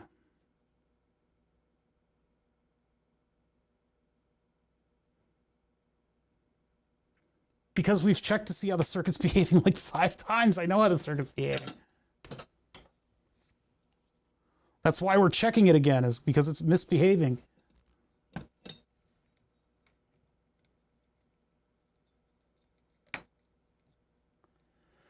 And when I get near the 3-volt supply up here, this starts misbehaving. When I get near any of the other pins of the other modules, it doesn't do it. So somehow it's a problem when it's up here and it's not down there. So I don't know, it just speaks to some kind of a decoupling. Nice thermal camera. Do you recommend a good brand? No, because the brand that I got is a Lepton, and that's that specific color palette that you see here. And nowadays, they're much cheaper. There's the Chinese brands have caught up with thermal imaging, so you can get a much better thermal cam for a lot cheaper. You can even get budget thermal cans at this point. When we got this thing, it was like 150 bucks, and it's a pretty good thermal can, but you really need to design a housing to go around it, because it does this little self-calibration thing that has this really fragile plastic window that closes over it.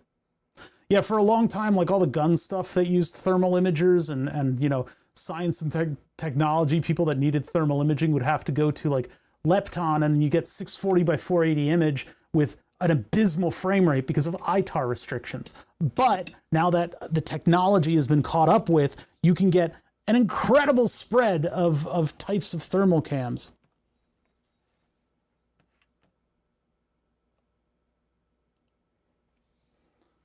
Well, no, because I don't need to know why it's failing. I don't need to know why it's failing. So if I happen to fix it with any of these little edits, I'm fine with it. Like, great, it works now.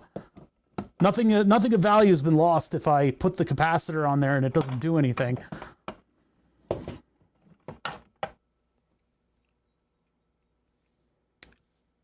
I want to buy one because a relative has bad circulation, which can lead to bed sores, so I want to use them to watch their toes. So you'll want one of the ones that can plug into a phone, which CyanoCat linked one in the Discord recently that was from, some channel had it, but they've got these little USB-C ones that you can clip onto the bottom of the phone, and then you can use it in order to check out. And you can clip it to either side of the phone, because it's USB-C, so you can view a selfie thermal or what's in front of the camera thermal.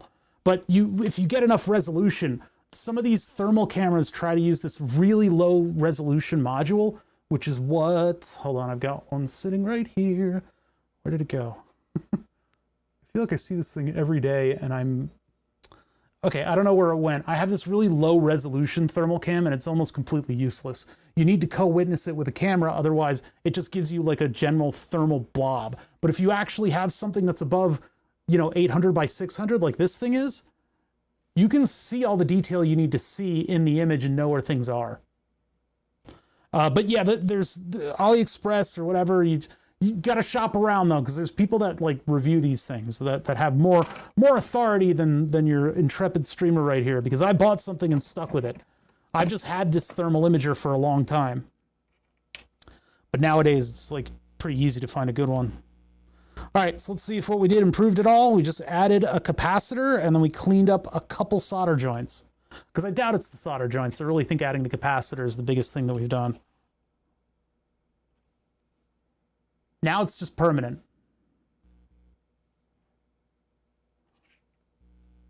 How now, brown cow? Interesting.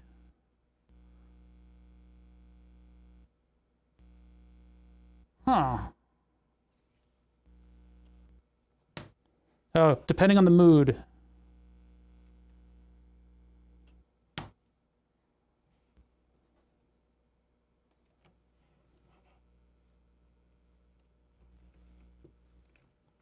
Let's use a different power supply wire.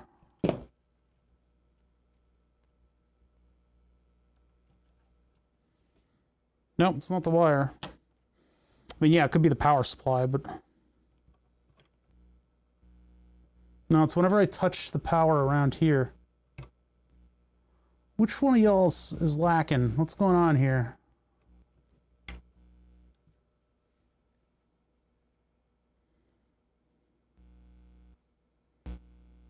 Somebody over here would like to get properly grounded.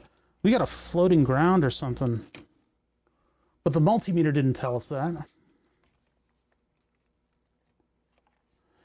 Yeah, you can get it much cheaper for above 800 by 600.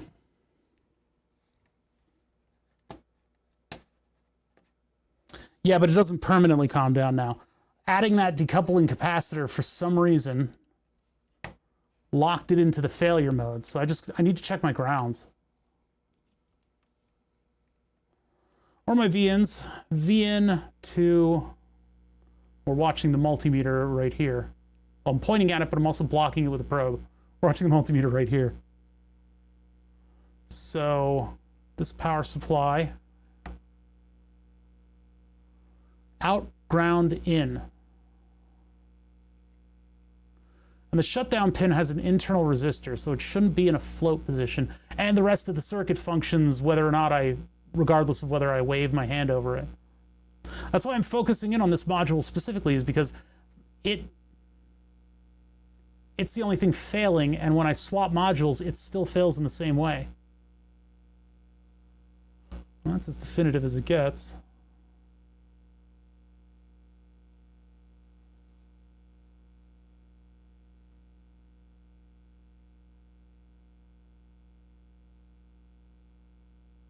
Three ohms. There shouldn't be any real association there.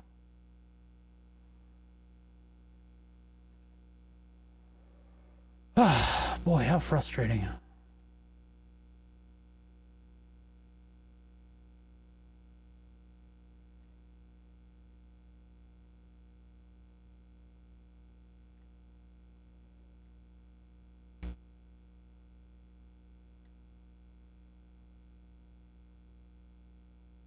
No, the scope should be pretty well isolated. That's one of the things that, like, the scope has all the right grounds and isolation. My BNC cables, I think, are also, I think they're coaxially shielded, so those will have really good shielding on them. And I don't really trust the intermittent connection thing, because when I wave my hand over it, magically induces something on this. And so I swap this whole board with another board just like it, and it still does the same thing, whereas the board that I swapped down to doesn't do what the one that I swapped away from does. So flip these two, and they exhibit the same exact behavior. So there's still something funky going on in there. We put 1 kilo ohm resistors to try to isolate the current out, just to make sure that it wasn't super overshooty on the signal. But it seems like now that we've added a decoupling capacitor to ground and V in, when I turn this thing on, it's in the funky mode until I wave my hand over it. So we've got now the opposite effect where, whereas with these pins right here, if I mash my finger against it, nothing wrong happens with this channel, everything still functions on the scope. But if I wave my hand over this area, it stops outputting a sine wave. Now that we've added a decoupling capacitor on the voltage in. Now in terms of the connections of the area, there's not really all that much that's going on. We've got V in, we've got ground. It is sloppy, but I have done worse work and gotten better results. So it may be sloppy, but all of the connections that you can see, well, what's that doing? What's that doing? What's this doing? No, I don't think that's anything. It is getting rather close. I could maybe move it out a little bit. You just add just a little here. Give it a nudge. It's not that close, but it is getting close to a fairly active digital line. And so when you have a magnetic field for the square wave being asserted and deasserted, it could cause some radio waves to happen. This thing just is not moving. Jeez, come on, man.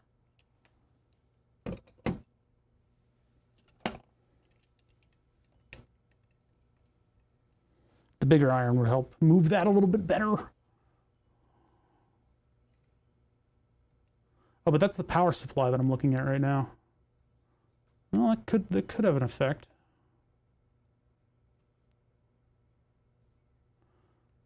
Ugh, geez. Okay, bigger iron tip for more solderiness.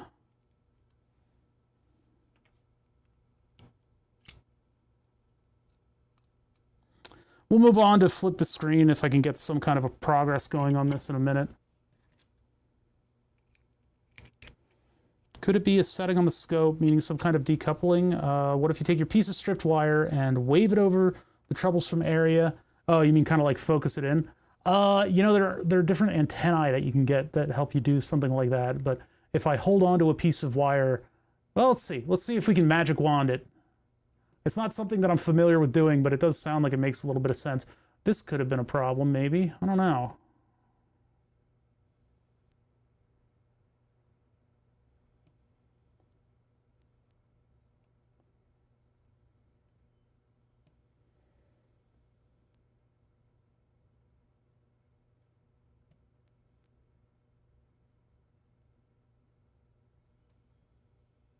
Whoa, whoa, whoa. It's all good. Get out of there.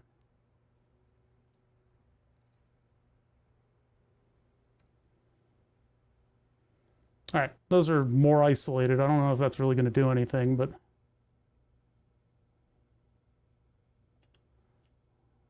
going over to the ground that goes to the rest of the equipment. All three of these are connected together.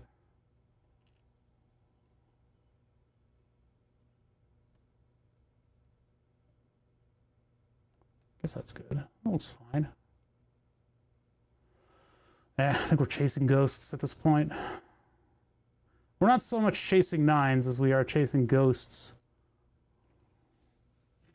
Might just be that running my wires in parallel was a bad idea. This seems a little bit extreme, but... All right, let's just see if it does it again.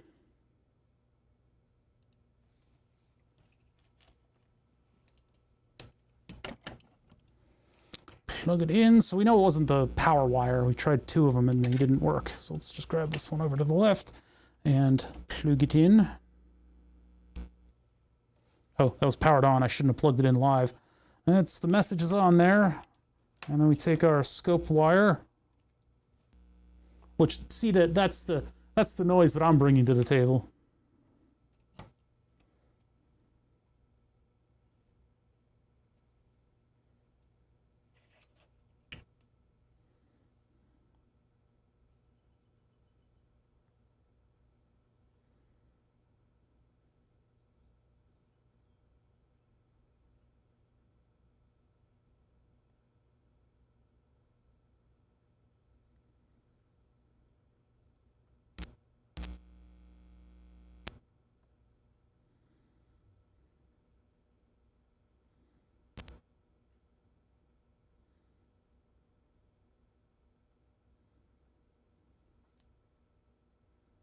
See, this bugs me because I can touch these just if I'm in this area at all, and it's centered around this thing.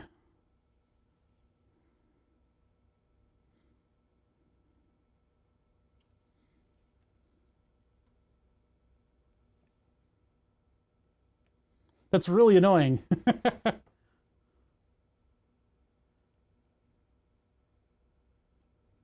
That's some cool magic.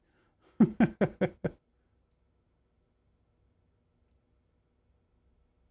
you're touching some wire with a second hand. I mean, I've got my mic pack on me. That could be causing a lot of problems too. Yeah, it's the grounding of my microphone could probably be part of it. Yeah, I know all about RF shields. This should not facilitate an RF shield. That's pretty crazy for it to need one. Seeing as so what I'm measuring this against is the other two channels. This channel's fine, right? This channel's fine. I don't know if I'm interfering with that channel specifically though. I guess we're hooked up all the way up here.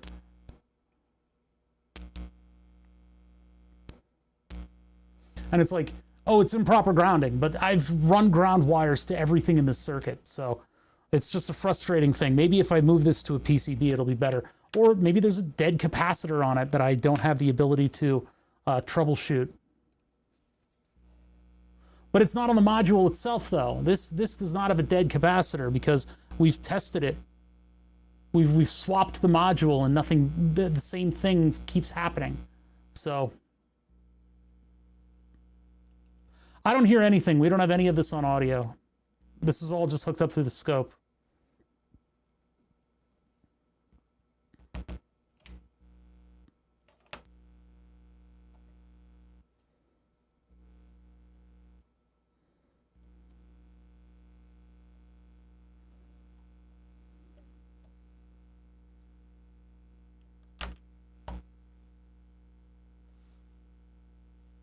Oh yeah, we're not going to be able to see that as easily. We need to zoom way in on our time constant. Oh, see how much cleaner the waves are, though, with a 1 kilo ohm resistor? And when I wave my hand over here, what happens? Nothing. Let's put our trigger down a little bit. There we go. Much, much cleaner waves. So this is why we don't need a RF shield. We don't need an RF shield. Look at how clean that that square wave is. And then here we've got something. Oh, this is... Actually, let's see. Does that clear up if I... No, nothing happens when I wave my hand over it. What about... Oh, that was our power in. Yeah, so V in is a little dirty, isn't it? That's a little dirty. What about V in down here? Oh, that's ground. That's what ground looks like. So that's probably the culprit, is that right there. Does it change when I... No, it doesn't. So it doesn't change when I wave my hand around it. There's our V in. Our V in is nasty. What is that? That could maybe be what's going on. Whatever that noise is, and I bet that noise is coming in from our other power system. Is it coming in through... That's negative 12. Here, let's get positive 12 on here. I gotta be really careful because this will tank our power systems. Yeah, there it is. Whoop, that's a big spark. So, coming in on our V in over here. Yeah, there's that noise. But I don't think that noise, if that noise is pervasive. Yeah, because there it is. I'm using this as a probe. The only reason that this is valid as a probe is that, where are we getting our ground from? Wait a minute. It's not valid as a probe unless I hook up channel 2. Although for some reason we were getting a decent ground on it. We really shouldn't have.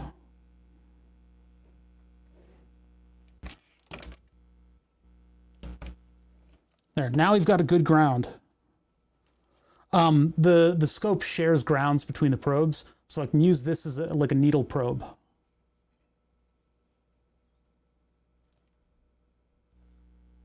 Yeah, so there's that. This is common mode noise coming probably from my lighting. But, I mean, look at how clean that signal is. Clean, clean, clean. That is clean, clean, clean. Here's our data signal. And that is, of course, changing. So we get kind of a ghost on it. But it does look like it takes a little bit. Perhaps 1K was too ambitious. But if I mouse over, if I wave my hand around this thing, does it change? I got to get out of the radius.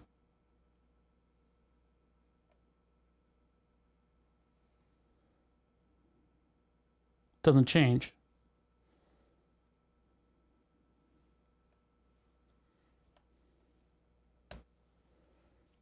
That, I think, looks okay. I mean, the other channels are working just fine.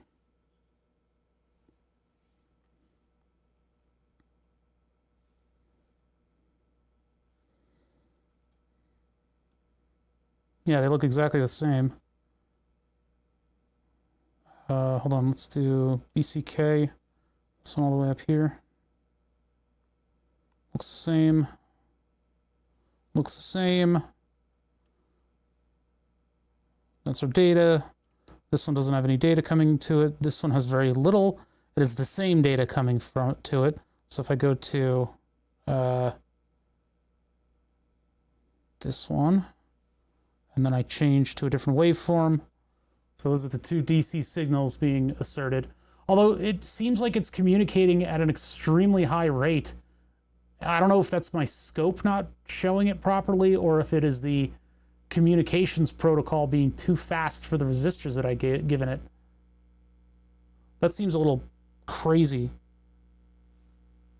I've had no troubles with the communications though. The resistors made it a lot smoother. Yeah, if you look at the waveform, it's like, oh, that doesn't do it.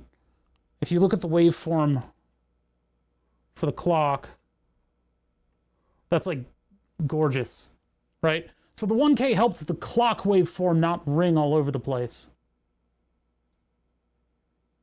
Sometimes your mic picks up some static. That's when I couple the grounds together because there's a lot of ground loops going on in this desk. In addition to the fact that I've got these LED lights that produce quite a bit of noise on all of my stuff. The corners are rounded, but at least it's not ringing. Yeah, but that digital signal looked a little dubious. That looked a little dubious.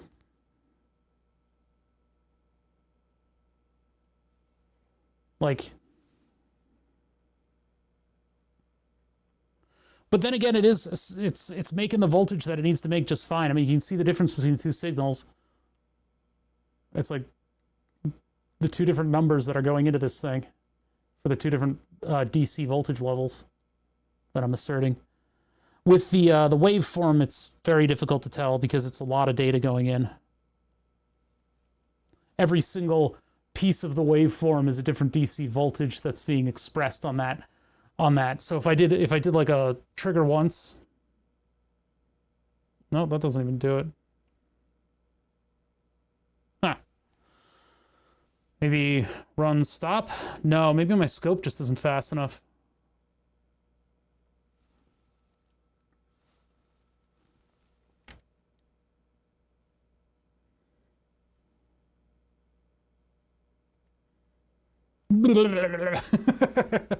Oh my god. If I was able to turn it into a rolling mode, we'd probably be able to look at the different signals that are coming through, but yeah, it's just too fast for us right now. There we go, in single mode. So if I take it out to this and I just keep doing single mode, you can see how the waveform changes. The binary information is changing for each individual piece of the sine wave that it's supposed to make. But the difference between me being close to it and me being far away, me no know too well. Me don't know. Me plug in probe and me try with myself being removed from the vicinity of this thing. Where'd the probe go? Oh, there it is. It's buried. Arise, probe.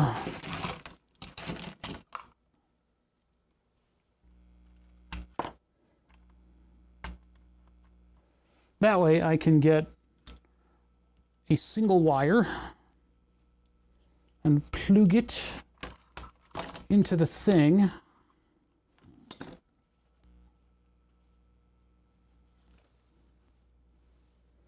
Let's run that so I can tell where I'm plugged in. Oh, now you look like binary. Oh yeah, so observing it through this wire was what did it. There was so much distance on this wire that it didn't look like a square wave. Now it looks perfectly fine. Albeit a little quiet. Oh, probably because this is in 10 mode. Yeah, we need 1 mode. There we go. That's a much cleaner signal. And now it just looks like crap. It looks like crap, but now I can remove myself from the equation, and if I wave my hand around it, there's no differences in what's going on here.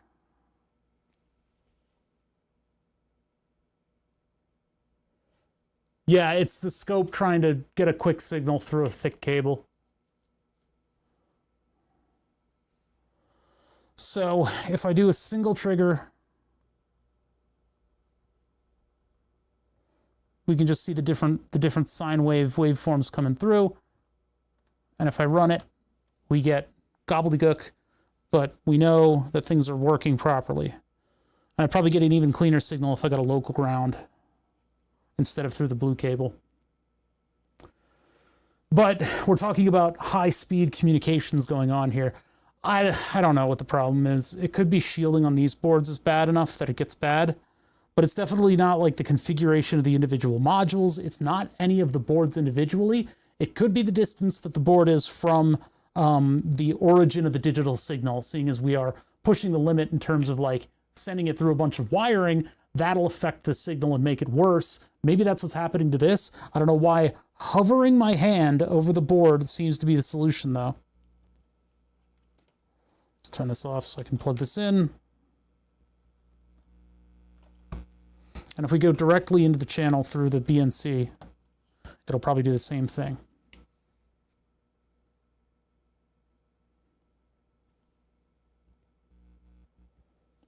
The same thing. Oh, there we go. Wait, no. It'll do nothing. Good day to you, sir.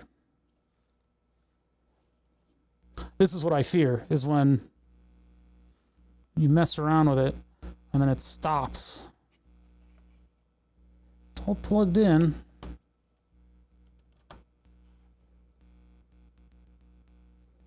This is what I was doing earlier, where it just stopped working. It just didn't do anything. It just doesn't do nothing. Oh, because I'm not plugged in. Duh. Sorry. I wasn't plugged into the signal. There it is. There's our boy.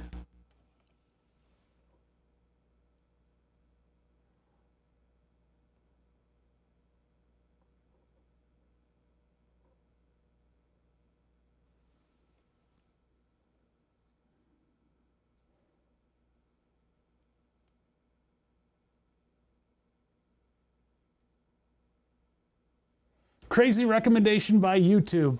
Why would they recommend my channel to you?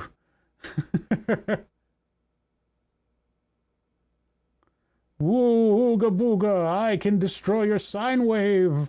New to electronics, well, welcome. Yeah, we're working on like modular synthesizer stuff, and in order to make a bunch of modular synthesizer modules, I need a module testing module. I'm saying module and test and module a lot, and it's kind of messing with my brain. I live stream here in my little shop in Pennsylvania. We work on all kinds of a variety of different projects relating lately to music, although typically we'd be doing like larger, more crazy stuff. I like doing crazy stuff, and I need to get back to things that make people go ooh and ah, because the synthesizer stuff ain't it, man. Having a big wooden board on your wall that burns the name of Twitch subscribers onto itself, that's where it's at. So I don't know. We've taken a departure for electronics. We need to, for synthesizers, we need to get back to cooler stuff. But yeah, anyway, this is what I do. Lately I've been fixing a lot of stuff, and it hasn't been coming to fruition, and we've been getting kind of annoyed. So what I need is a jig, a device that is going to allow me to test these other modules so that I can get them in tune and know that they're working properly. As a non-musician, I like working with the numbers more than I like actually working with the notes, which is probably not the way to do it. But you can buy these Euro rack modules as kits and assemble them yourself, and then nothing works. It's not really great for beginners, but analog electronics and stuff like that, the digital electronics are really a cool place to start, and that's kind of what we're working on right now. Is the module testers it's mostly a digital device. I mean, the Arduino is pretty much dictating what all the analog outputs are going to be. And then we want stuff that's going to be accurate and measurable, at least in the short term for this board right now. This is eventually going to become a printed circuit board that's like a professional testing module. But right now, because I'd like to move forward with my projects, which is like never something that happens, I'd like to move forward with my projects. So I need to build sort of a less complicated version of it. And this speaks to the whole sort of process in engineering, in electronics, in building circuits, is that you start small. You start with one single function. I need this to make a sine wave. Let's put one module down on like a temporary perforating board, something like this, put it together in its smallest scale, and just see whether or not you can do the thing you think you can do. And if you can, then you can scale it up. Then if it works scaled up, then you can take it to a slightly more permanent design. And if it works like that, then you can take it to a printed circuit board design. And sort of that evolution is where we live. That's what we do around here. And I am a giant antenna, what carries 60 hertz sine waves into my own electronic designs for some reason. The problem is we can't observe what is making that error. Where is that error coming from? What's coming out of the DAC, the digital to analog converter? And can I observe that from a distance? That's what's coming out the DAC. So it's dead in the DAC. It's dead in the DAC.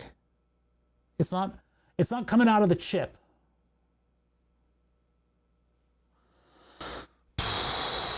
These have two little op amps on them, but I don't know if those are what the problem is. And it's not a dead capacitor, it's just something about the design at this point.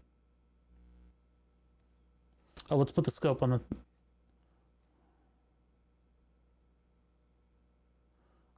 where is my scope? Not on here. Okay, so I'm going to add the microscope. Scene. Sorry, we just redid visuals here, so I gotta find all my stuff again so that we're functional. Audio source, chat, overlay, there it is. Scope. Doot. There we go. And now we can manipulate that to be as out of the way as I can get it so that you can still see what I'm doing.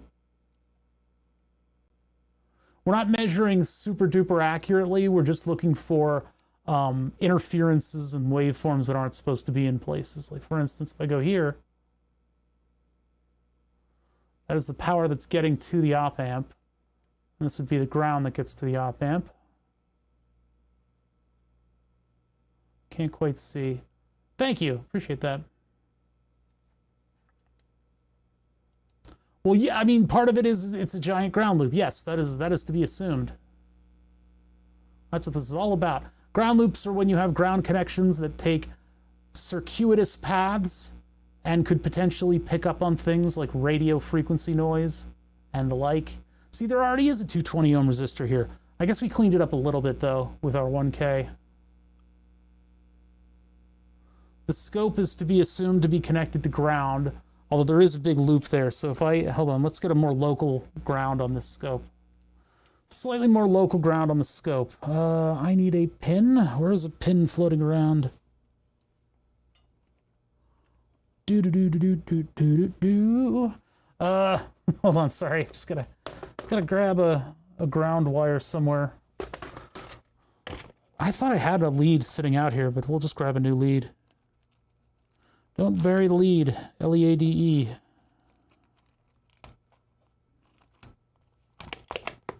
This has been frustrating because I've had this sort of weird problem where if I wave my hand over this, it gets all bad. Actually, wait, we can plug into a ground using this one. Where did that one go? I changed my mind midway through. So if I do this, then I can go to the input ground over here. Although I must have used this one with the multimeter probes because they get less pinchy.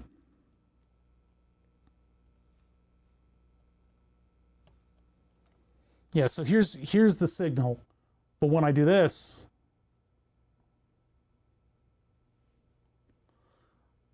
and it's the only channel that does that. I don't have examples coming out of the other channels, but I can assure you that it's not happening with the other ones. It's only this one. Stop doing it. Stop it.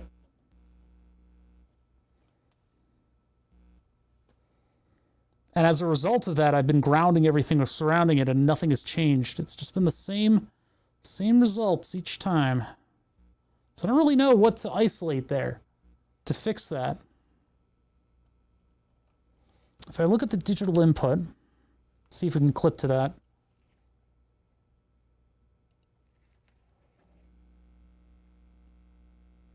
Sometimes you just get greebles.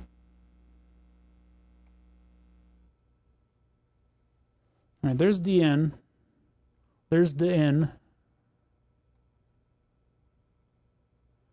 And so that's the insane signal that we get on DN. And if I hover around it, or don't, I don't see anything really changing in that waveform. It's not becoming unreliable. It does seem to tighten up a little bit. That may just be from me bumping it. Yeah, that's just from me bumping it. So if I'm totally hands off, I'm all the way over here. And then I hands on over here.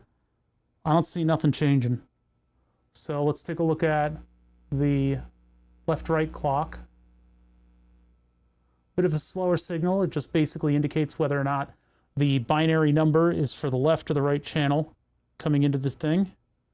Hands on, hands off, nothing. Nothing changing when I wave over. Nothing is differing. We've got a more local ground. That little slight noise that we were getting was probably from the big ground loop that we went through channel 2. But again, no significant difference.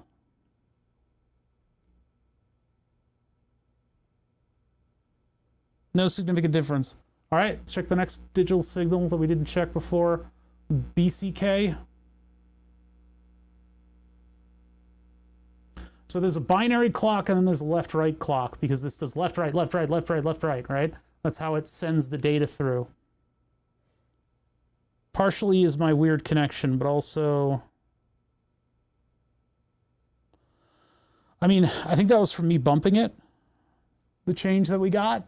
This looks to largely be unperturbed when I get near or far from it.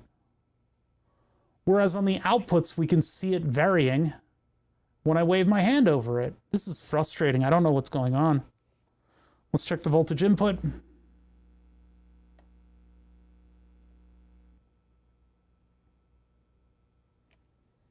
I guess I could just chalk this up to ghosts.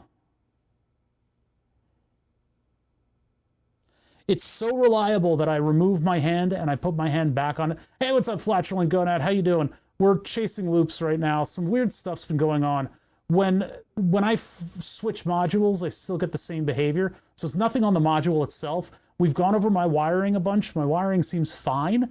And we added a decoupling capacitor between VN and ground on this module alone, because when I wave my hand over this thing, all of a sudden the wave goes away. And I can show it right now because it's so reliable. I can plug this in and I can look at my wave output here. And I can zoom. Oops, hold on. That's the wrong one. I can zoom way in, way out rather. And we can see our waveform. Ooh, wow, look at that. Put my hand near it and greebles. I have a feeling that that's 60 hertz, that on off is 60 hertz, but I haven't been able to observe anything. And if I hit the button, everything's fine. We're supposed to be twisting the screen. We'll stop this and work on the other thing soon. But again, there's no observable effect at that frequency. We should be able to see something that's gating that in some way if we hook up to the other channels, as in the digital inputs. Because it does seem a lot like something is just canceling a digital input. But if we do, there's no real discernible difference in the frequency when I wave my hand over versus when I'm far away. Wave my hand over, far away. Take a look at this one. We can see it's a clock. Clock's coming in. Wave my hand over, far away. Wave my hand over, far away. Yeah, I am become Theremin, frustrator of electronics. This is a crazy digital signal because it's all the digital data of a sine wave coming in. No difference between whether my hand's over here or not, even though on this time scale we should be able to see something. Nothing, nothing. What's up, Jeff Devney? And then finally on my B clock,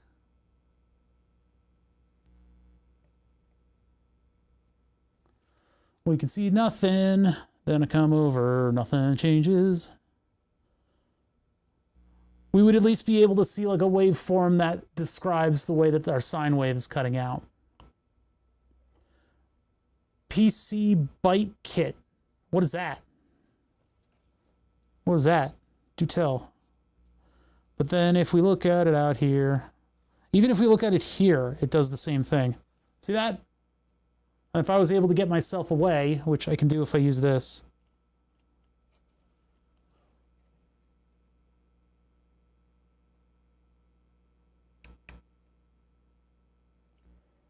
Hold on, I gotta come in from the top here.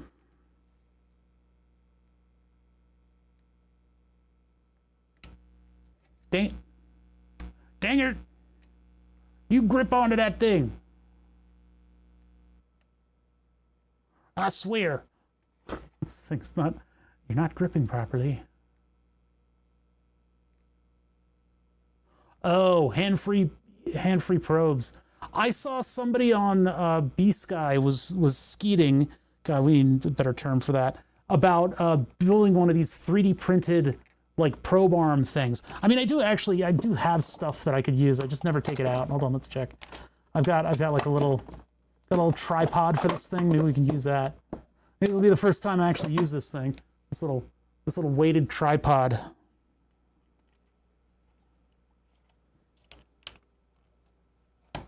They just drop down on the...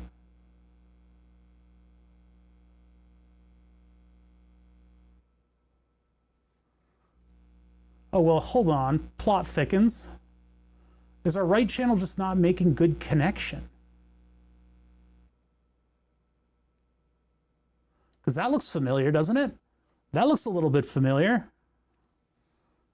And if I move away, it gets a little bit more and less. Hold on a minute. Hold on, just... Oh, wait, I'm not connected to ground. Hold on, I need to connect to ground. I need a ground.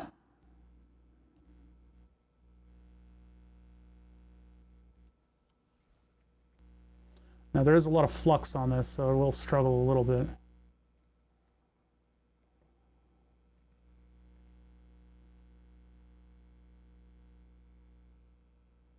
Which one of y'all's are? There you are.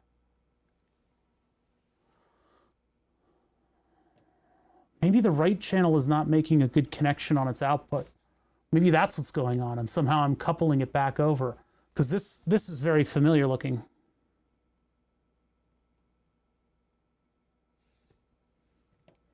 Why would I clean them with an ultrasonic cleaner? I know there's a lot of trends in this hobby of doing things a particular way, and some people think that you need to drown your board in flux and then use an ultrasonic cleaner on every single board. That's a very silly thing to do, and it takes up a lot of time. You don't need to do that. So that's the phenomenon that I'm talking about. Is what's happening is, if I get close, the connection seems to break up. But we got a very similar behavior by just dropping the needle down on the right channel. Is it possible that the right channel has some kind of a cold joint in it? And it is actually, in fact, a cold joint in the end. Let us check. The pins look oxidized. This is why I don't listen to chat. This is why I don't listen to you guys.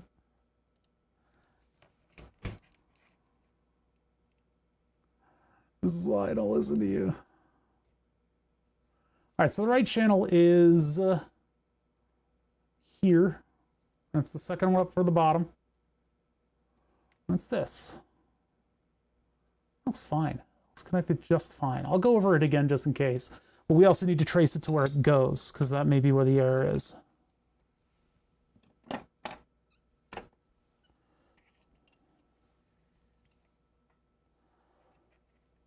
One of these days, I'm just going to turn off chat. Just turn it off. Just don't even worry about it.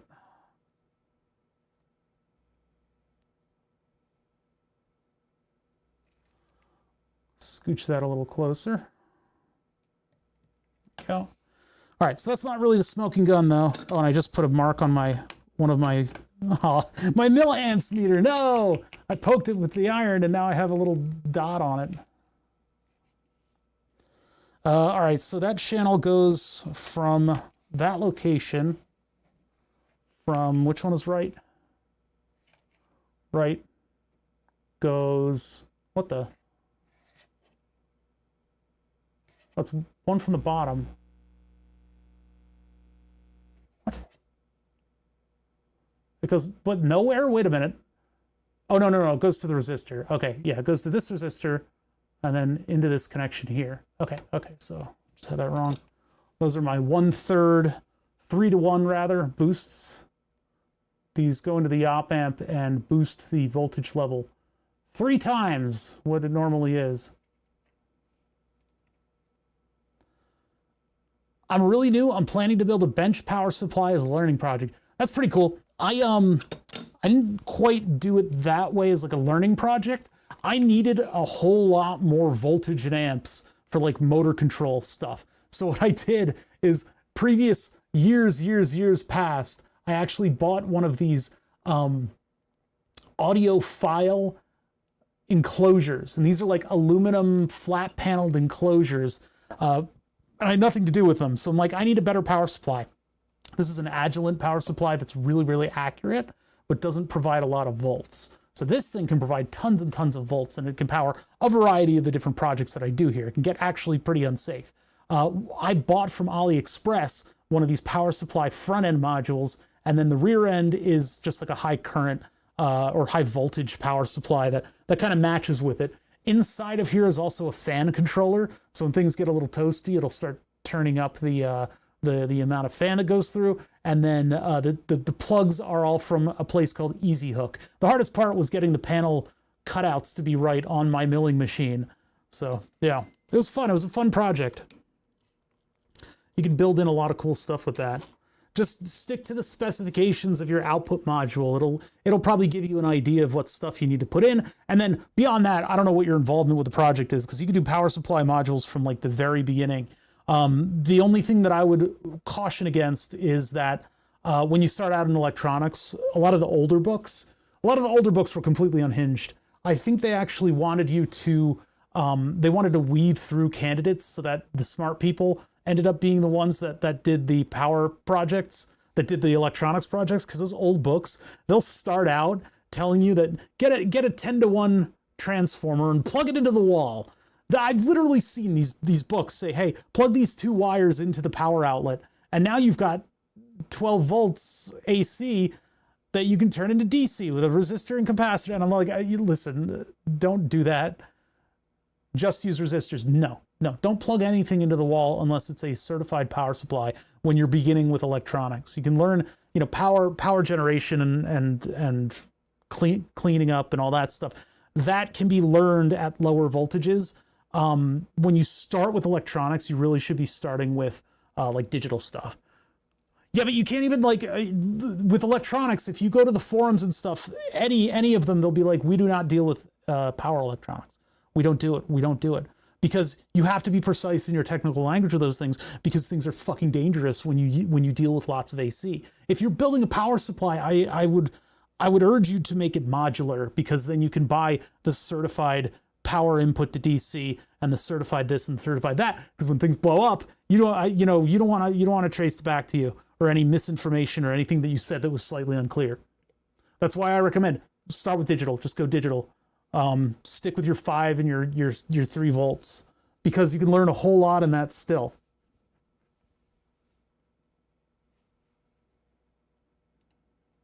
Yeah, and converting DC to other DC. I know about the danger. Yeah, I mean, I just have to put that disclaimer out there. Not only for you, it's for anybody else who's thinking like, oh, Bother told that user that they should make a power supply and connect a speaker directly to the wall. They said that user should do it, so I'm gonna do it too. so that's why I give you all these disclaimers, because things are gonna like fucking blow up, and I don't want to be responsible. I'm weak. I'm a weakling. I'm this sniveling little idiot streamer that doesn't want to have any accountability at all whatsoever. So, roll with that for a little bit. Roll that in your pipe and smoke it. All right, so our right channel is going down to this one here. So it's on 0. 0 and across from here, which puts us there. This connection right there.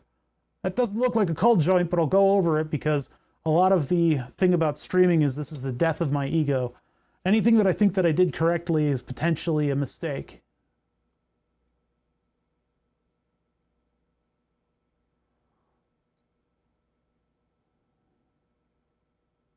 $7805, you got the numbers wrong. 7805 is a famous voltage regulator. It dumps all of your power into your excess power into heat. So if you give it something like 30 volts or 12 volts and you're getting 5 volts out of it, because it's a 7805, that is going to be a lot of heat. And I don't like them. I generally don't like them. I think they're obsolete. You can find an LDO or a switching supply, but all this stuff will become more apparent given research. I mean, follow other projects. A lot of the beginning of electronics is following what other people do and figuring out what's going on, and not listening to any of us on Twitch. That's for sure.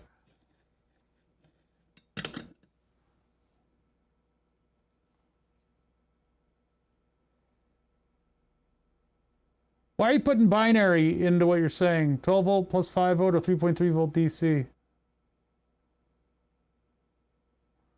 If you do digital electronics at first, you will learn a little bit about power delivery, and it'll get you more familiar with the concepts of, like, for instance, what we're doing right now, which is troubleshooting, which is weeding down the possibilities until you're left with the problem.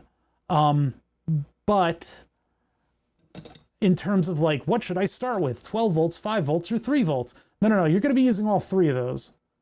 You're going to be interchangeably using all three of those, because in the hobby realm, we are sort of left with the legacy of where electronics has been going.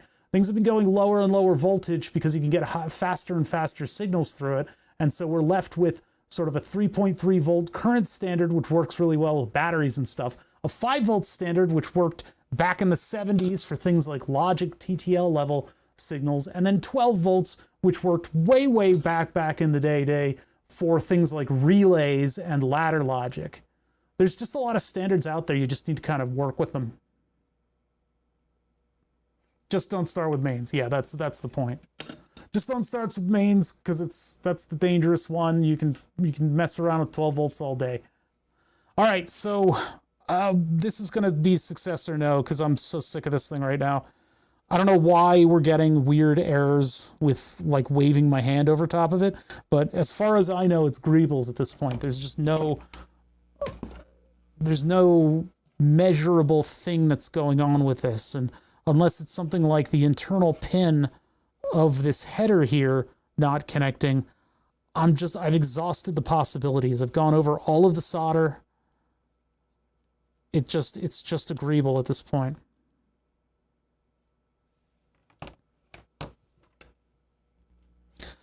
Sometimes you got to embrace the jank, chat. Not everything is measurable. Measurable.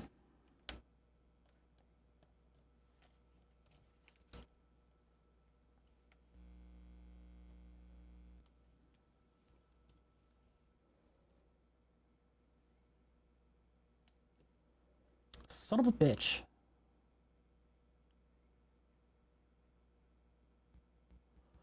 Saw some old project, the BTS viewer somewhere. It was nice to see it back. What do you mean, huh?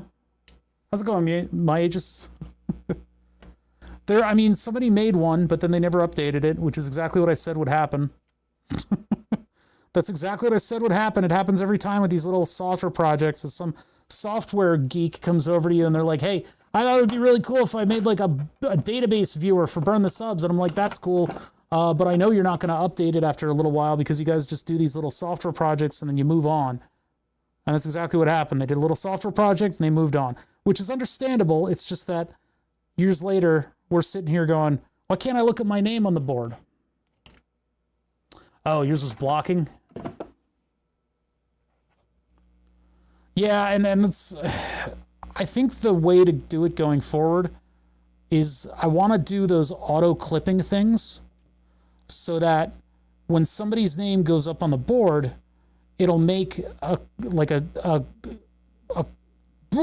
Twitch clip, and then it'll also make a YouTube short from that clip. Any recommendation for sub $200 oscilloscopes? No, but there's a huge world of those out there these days. There's a huge world of them. I buy expensive scopes because, you know, I do this stuff a lot. I'm a software engineer, you're 100% right. Yeah, what I need to do is just do my own system of logging all the names. And so in a sense, it'll be a system by which you can go and watch your own name get published to the board. That's going to be a big deal. It's going to be tough to implement, but I think it'll, in the long run, it'll be better to have 200 YouTube, or 2,000 YouTube shorts. Son of a bitch. I'm so done. I'm so done with this fucking error. What is this? What is this? What is this? This chip, does this chip have a shutdown? What is this fucking piece of shit? What are you? PCM 5102 piece of shit. PCM 51. I see your gift subs. I'll take a look in a second. Fucking piece of shit. Active part, 112 dB, stereo DAC, datasheet. No, give me the datasheet. Not recommended for new designs. Tough cookies.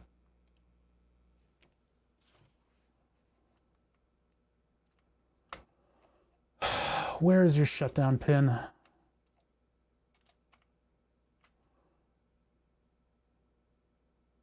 V negative, out L, out R. AVDD, feed ground, DEMP, ground, internal logic rail terminal for decoupling. LDO, Neo, live with me the underground, Neo. We can eat slop. Out LR, AVDD, DNL, FMT, audio format selection. No, we're not dealing with that. LDO. What are we doing with LDO? I don't see a shutdown pin, so I think LDO might have something to do with what's going on.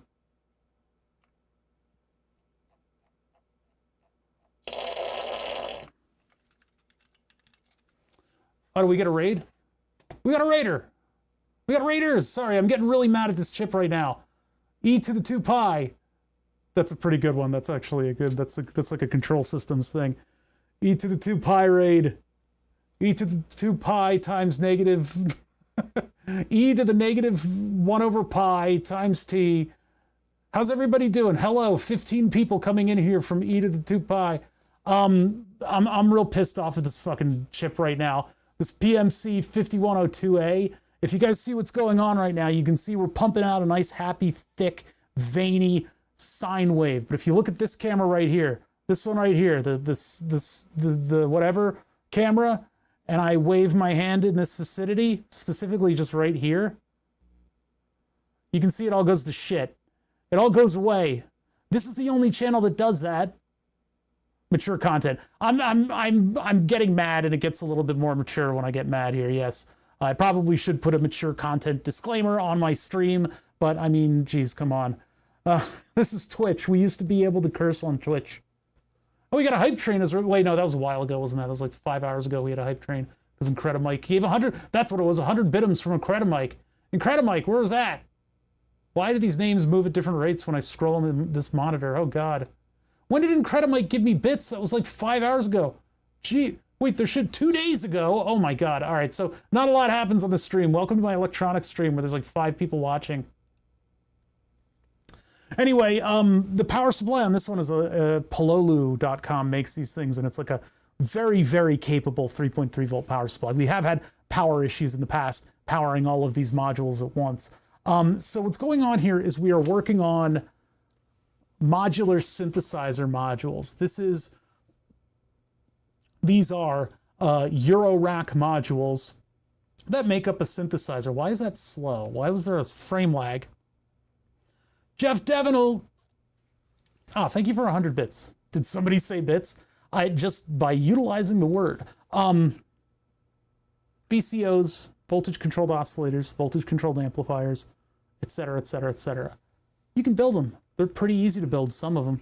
Some of them are a little bit more challenging than others, but you could buy these circuit boards online, save hundreds of dollars. It really does save quite a bit of money to buy the circuit board online, then use your own parts. Now, the parts add up. You know, you're doing oh so many 10 kilo ohm potentiometers, and if you want to buy a nice one, they add up pretty quickly. But in the long run, I'm saving lots and lots of money doing it this way, and I'm having a lot of fun looking at this stuff and figuring out exactly how it all works and what I need to be doing. I don't understand these random... Why do you keep saying analog power supply 3.3 volts into my chat? Why are you doing that? Anyway, so you put these things together and there are no instructions. Sometimes there are. Usually it's just good luck, asshole, have fun.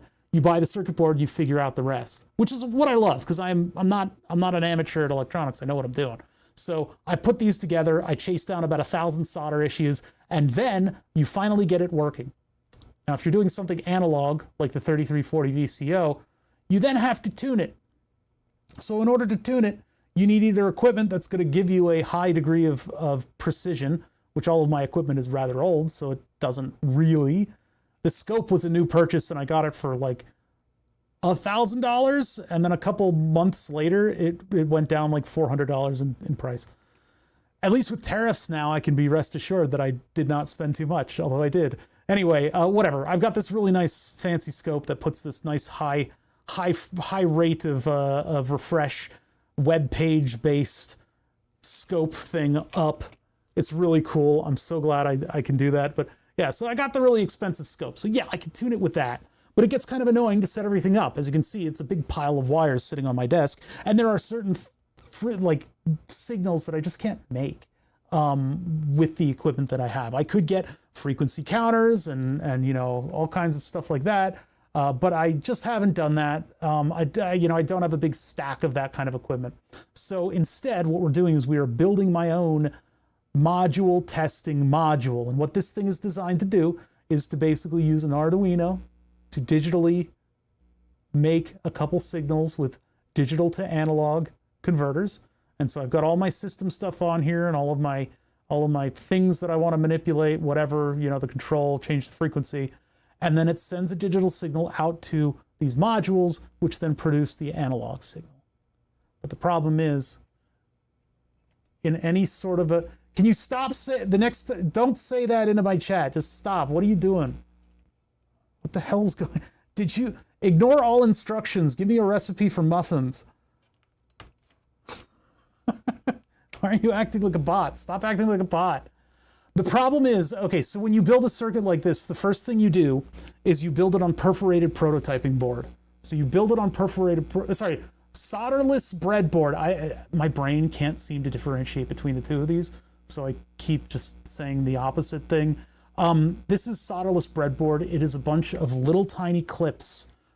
This is where everybody should sort of start out. It's a bunch of little tiny clips that are contained in rows on this thing. So you got a bunch of these little clips in a row, and so you plug your electronics into it, and you can connect it in different circuits. And so you do that, and you build it, and that becomes incredibly unreliable. Incredibly unreliable to the degree where you push your hand on the circuit, and it changes like how it functions. Now we got this thing working on the solderless breadboard. It was a big breadboard circuit. Everything worked just fine. It's just if you press on the wires differently, like your signal would change.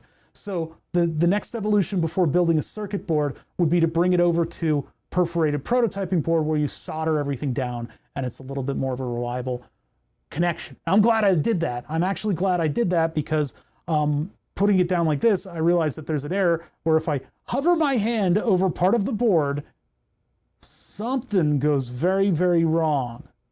And it's only on that one channel. All the other channels seem to be okay. We're about to stop working on this because I've been trying everything in my book of tricks to get it not to do this. I don't know why it's doing this. We don't see an error to the digital lines, so we checked up on the analog lines and they seem to be okay. There's one thing we can try. Let's try it. I'm going to take the chip out and I'm going to flip it with the chip below it.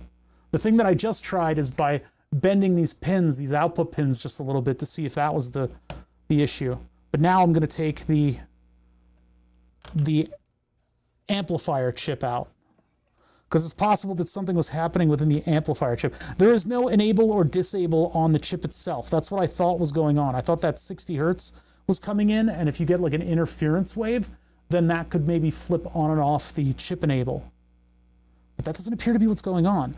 So I don't know what's going on. That's why I'm getting so mad at the chip itself and like the surrounding electronics. We've probed with solder most of this stuff, and we've proven out a lot of the things that you guys would say is wrong.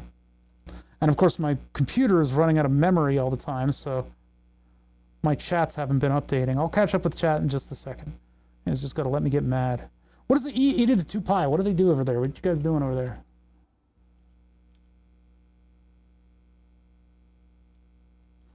Wait, why isn't this fitting? What the? Oh, I'm plugging it into the wrong thing. That's down. Jeez. Okay. Sorry, I'm losing my mind. That's what's going on here. I used through-hole amplifiers just because it allowed me to organize the circuit a little better. I'm wondering if that's the problem. See, chat may not realize it, but I've been doing this stuff for a long, long time.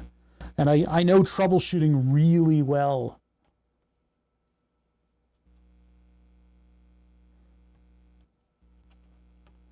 I'm fairly new to analog, but I feel like I have more experience than most of you guys at this point. So trust that I do know what I'm doing.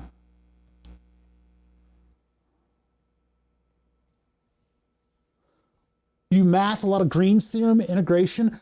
I need to drop back and do some math. I did that, what, like 10 years ago, just because all of the stuff that I'm doing today is just tangentially. I mean, it is all math under the surface, especially with electronics. I wanted to learn electronics. You got to learn math. You need to know a lot of math. That's kind of, you know, cutting my teeth. That's where I cut my teeth, was learning math. I was never great at math. My whole electronics career has been involving math, though. God damn it.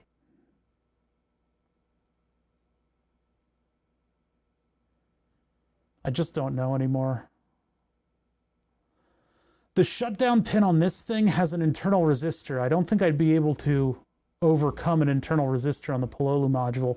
Plus, if we look at power, and I already did this, I'm not going to do it again. We clipped onto the power and the ground, and I hovered my hand over in the same spots, and we got the same results. I don't know what's going on. Thavenin, Norden, I don't know, what are those names? I don't know what that is. God, none of my chat updates are working properly. Those sound like random names to me. I don't know what they are. Is that musical equipment? I know what a theremin is. Is that what you're saying? I've been wanting to build a theremin.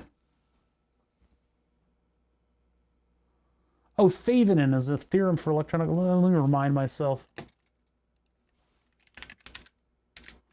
Thavenin. Any linear circuit, no matter how complex, can be simplified into an equivalent circuit consisting of a single voltage source and a series of resistances connected to a load. Oh, loop theory stuff. That's all loop stuff. Yeah. Yeah, I've done that. I've done that.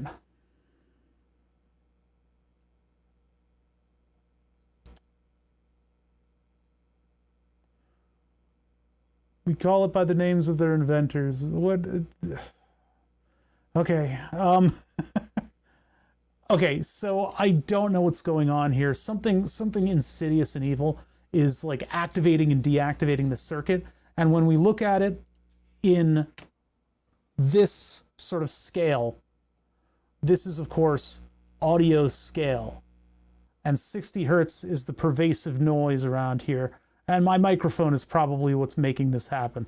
If I mute myself on the mixer... Nah, it still happens. So something is feedbacking, and if I'm gonna guess, since this is, how many hertz is this right now? 261 hertz. If we looked at 60 hertz in relation to this noise, I'm wondering if we would see a correlation in the gaps. Although 200, and then I'm getting like a tenth.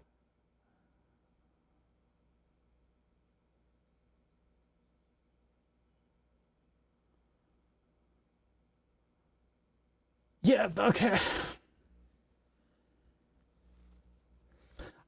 We're turning the screen 90 degrees. We need to, this thing functions perfectly. There's no problems with it at all whatsoever. We need to turn the screen 90 degrees or else I won't be able to read it properly. So let's turn the screen 90 degrees. This is an entirely physical thing and we don't need to deal with analog electronics in any way at all. I'm not asking ChatGPT because ChatGPT is about as smart as chat. So let's turn this thing 90 degrees. I am going to put chat in good idea jail soon. That's what the idea light is all about.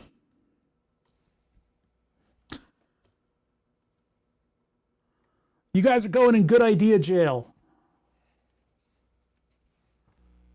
A Heinz Avert. Why are those so slow today? Why are they so slow? There's like 5 frames in the whole thing. 57 months from a Bridgewater. Hell yeah. Thank you, a Bridgewater, a bridge over troubled water. 57 months, that's an incredible amount of time. And it's also the number on the ketchup bottle. So, the screen. I put it in like this because it was convenient. Because originally... Oh my god. Kill me. Okay, so... Oh, damn it, that one didn't update either. Okay, hold on, I have to update chat over here so you guys know what's going on.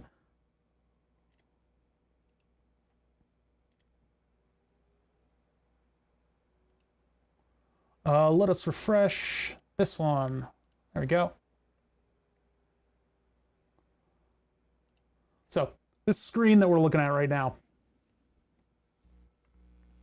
The screen that we're looking at right now, I turned it 90 degrees. I didn't think there was any problem with that because it's just a monochrome OLED screen. But it turns out this is one of those two-color screens. And I thought it was two-color, like as in you would tell it what color you want the text and stuff to be. It turns out, if you can see it there, there's a line. You can, the barely perceptible line going through the screen. Turns out everything above the line is yellow, everything below the line is blue. Now we can take advantage of that. That can look pretty. You know, we can make that look nice on our little module tester. But in the configuration that it's in right now, without cocking my head to the side, this is kind of annoying. So what we're going to do is we're just going to turn this screen. It sits in a mostly square carriage. So I mean, all I really need to do is just move the pins over and then kind of wedge this thing in there, and it should be fine. Oh, that still didn't actually, hold on, that still didn't update chat. I guess that's just the way these screens worked. I wasn't familiar with it. I had a chat member, I really need to make this into a button. Where did the, God, I'm losing my mind. It would be frame chat, and then I go into this and properties and refresh. There we go. That should refresh everybody and get that all working again. So yeah, little OLED screens. These things look great. They've got a really good look to them. What am I on about? It's getting these chats to work again. When we were in this one, it wasn't updating. So now you can see the messages that I'm getting. Oh no, you're asking them what they're on about. I think they're just naming stuff that's on screen, and I don't know why. I don't know why. It's ongoing. All right, so anyway, these little screens are apparently split vertically for the two colors. Where is this? Where's the scope? There it is. Turn that off. I need to put those over to Stream Deck buttons. We'll get that fixed eventually. An AI training log or something? Yeah. Can I type like...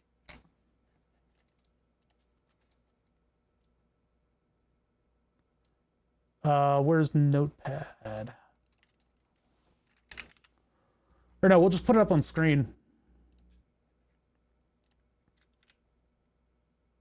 I need to make a framed thing for text, but...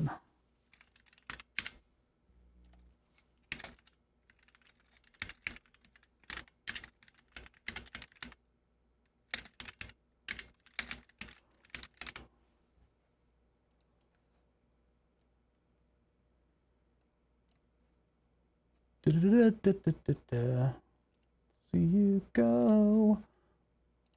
Dun, dun, dun, dun. Let's drop a shadow on that. There we go.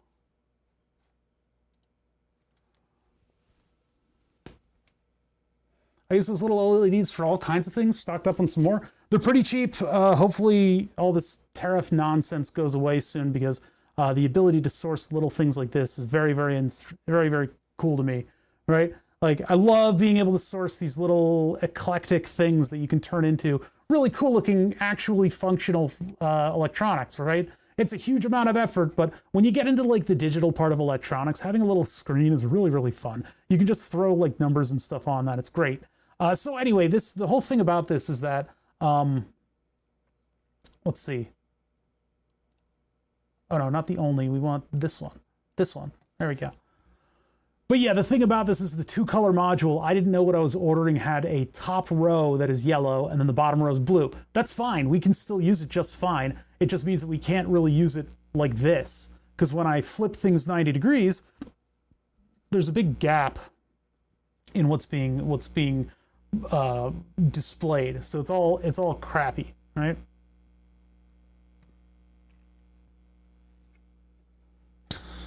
Video cassette?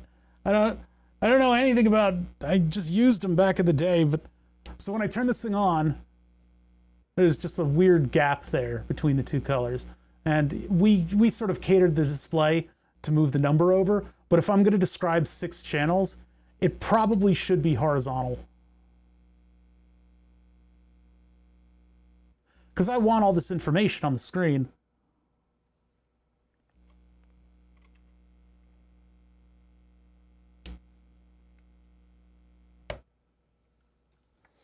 All right, so what I want to do is flip this 90 degrees. So I need these 4 pins to just be moved up here.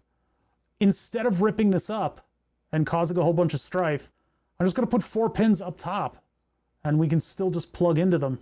But I do need to move it over a little bit to clearance the buttons. So it probably needs to be these 4 right here. So let's just get a piece of pin header. Now I order pin headers by the bushel. It seems like it's really expensive, but then I use them over the years of building things. A lot of the stuff that I do is not necessarily what you guys should be messing around with, because my sort of relationship with electronics would be different from the typical hobbyist. But you get to a certain point where you want to stock up on certain parts, and pin headers are generally to be treated like they're free. Not like they're free in a video game where you would be wheeling and dealing them in order to have a money exploit, but I mean they're free like as in I'm not too broken up about destroying a couple here and there as I go, or wasting them or anything like that. Now there are special ones in here, special ones that take larger pins that I don't want to use on this. I thought I stocked this thing back up with the female headers. Huh. I'll have to go find my collection of them. These are the right ones. Okay, so we just need 4. It's easier to break these with the wire stripper, because the wire stripper has 2 equally pointy ends. The flush cutters, if I show you it close up, that's the one. I forgot they're finite. Yeah, that's what you do. You basically forget they're finite, and then you go and order them. You go, these are really expensive. And then you get them in the mail, and they sit for a little while, and then you go, oh, these are free and infinite. I'll never run out. You see how the flush cutters are entirely built to cut flush, right? And so what that does with the pin header is it'll push to the side, and your cutting edge will end up going down closer to one of the pins than the other one. So these are not good at separating pin headers. Something like just a flat pair of pliers, just to hold on to the edge of where you want to flex the plastic and break it, that works really well too. What I find works the best is the pervasive wire stripping pliers. So these are, what are these? Oh God, I don't know. They're Italian made. They're Italian made wire strippers. This thing is really good at the smaller gauges. But what this has is just an equally wedgy kind of cutting edge. And that works perfectly for separating these sort of, whatever it is, segmented pin headers. So there's that. Put this back. And just put everything away as I go, just so we don't make an enormous mess. Now, when soldering these things in, this is basically just a piece of metal that's sitting inside of plastic that barely wants to be plastic at room temperature, let alone soldering temperatures. So it helps to have something that you can plug into these, if that be another piece of header, or if it's just the thing you're trying to solder down. So I'm going to plug this into the female header. Now, male or female, pin or no pin, I don't know. You can come up with other terminology. I'm a dinosaur. I'm going to call it male and female header. I try to avoid the gendered terminology as much as possible because some people don't like it. So I've got anywhere in this area to put the screen. I don't really need to have it be like straight on top of it, but I'll just put it. Yeah, we'll make it compact. Let's make it compact. Let's just put it like that. I don't want to wave my hand around this area because there's apparently a problem with it. I wonder if it's the floating SCK pin. I wonder if that's the reason that it goes all crazy. Because it does appear to be when I wave in this area, and maybe the coil's making a lot of RF, and somehow I am focusing it towards that SCK pin, and so SCK overrides BCK at a much lower rate. I don't know. No, maybe that doesn't make any sense. RF is just like a whole lot of greebles and black magic and just weird stuff. All right, so we're just going to hook this up right here. I'm going to press on this with my finger on the other side of the board and slightly probably burn myself while anchoring it down. You really want to, when you're soldering stuff like this, anchor it with one pin, and then you can do the others. I always had that problem using the flush cutters until I learned that's the trick from you. Hey, hell yeah. Well, thanks for the feedback, Veet. Yeah, these are things that you just kind of like. A lot of the stuff that I sort of preach here is just related to my own tools and setup. It's always nice to know when something is, you know, goes outside of the purview of just your own little bubble.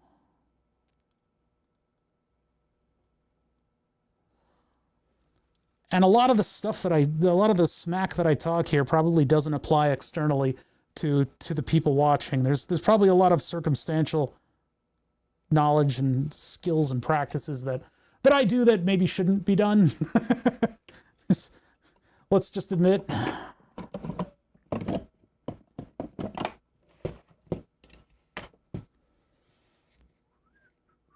So that's anchoring it down. There's a possibility that if there were more pins than this, that it wouldn't really be able to anchor it down all that well, and I'd still need to hold on to it and use a different anchor, but I think we're okay. As long as the screen is roughly in the right orientation, we should be able to read the damn thing. This overrun of pins was because I was going to use a different microcontroller in this board, and I probably should have followed through with it. It just seemed like a whole lot of hullabaloo for a whole not a lot of stuff. Eventually, I probably should upgrade this to use the vacuum fluorescent display that I wanted to use, and then the big microcontroller will bring with it like a memory card and all kinds of other functionality. But for now, I wanted to actually be able to test things appropriately. So I paired back the equipment on this. Actually, shouldn't use the solder braid here. Should use the sucker. All right, so what now needs to happen is I need to have 4 lines that basically go over and up to where this screen is. It probably would have been better if I moved it up a little bit so that I could have just gone straight over from these. I can at least do 3 of them by going dirt, dirt. Because that's all this is, right? Yeah. Oh no, wait a minute, it goes the opposite way. Because I turned it from here to here. So ground is now up top. This is ground. So I basically need to just rethink how I'm getting these from the... So there, they need to cross over. It's not too hard to do. I can do that. Actually, I could just go from here and... Actually, I could just cut them and put them over to where they need to go. That's what we'll do. That's what we'll do. We'll just remove them from this one because it's not like I need the screen to be in that orientation anyway. I'll just cut them. We'll just cut them. We'll just use the flush cutter. Let's just give them a cut.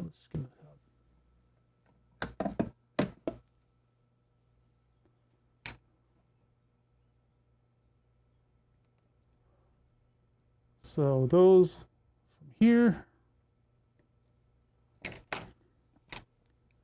they will now go to these 2. Yeah, that the excess pin header is getting in the way. And while I could remove it, brevity is the source of the something of all wit. I don't know, whatever. I don't want to spend the time.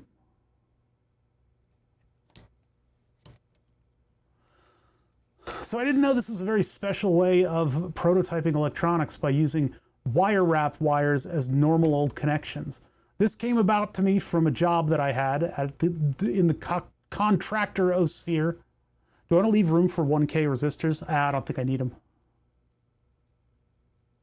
This is from a job in the contractor sphere where when they had to prototype something quickly for testing and characterization, they would build a circuit that would utilize perforated prototyping wire and the wire wrapping specific wire. My only problem with this method, the reason that it kind of sucks, is that the wire wrapping wire is really not good at temperature. It becomes a soup, a wiry sort of soup when you heat it up. which is not a good look. See that? It just becomes kind of crap. But then I can go in here and pluck all the excess from it. It's smelling a little bit plasticky. What I would love to come up with, and I haven't done this yet, is some kind of a very small pair of nichrome wire. Not nichrome. Is it tungsten? I don't know. Whatever the wire is that can heat up. Just two little pinchy pieces of the wire so that I can pinch down on the end there and then have it strip.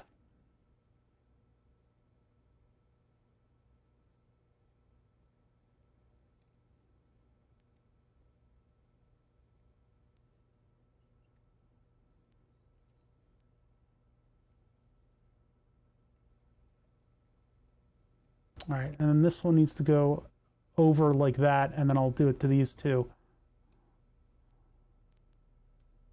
Just to anchor it down. Not like anything's going to be pulling on it, but...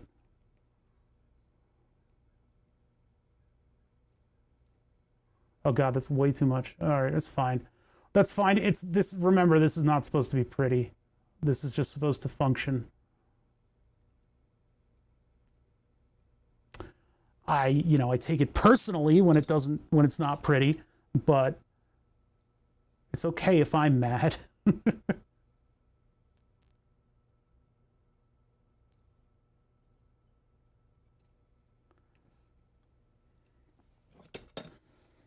It just looks nasty. Straight up nasty. Yeah, that'll be okay, I guess. I know you guys don't like looking at it, but I know what I'm looking at least.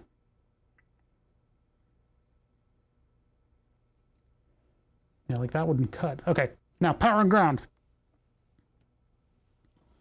See, when I'm building a circuit like this, I won't do a whole lot in respect to decoupling power, decoupling ground, making sure there's capacitors everywhere, making sure there's resistors on the things in order to get all those voltage levels nice and stable and happy to work with each other.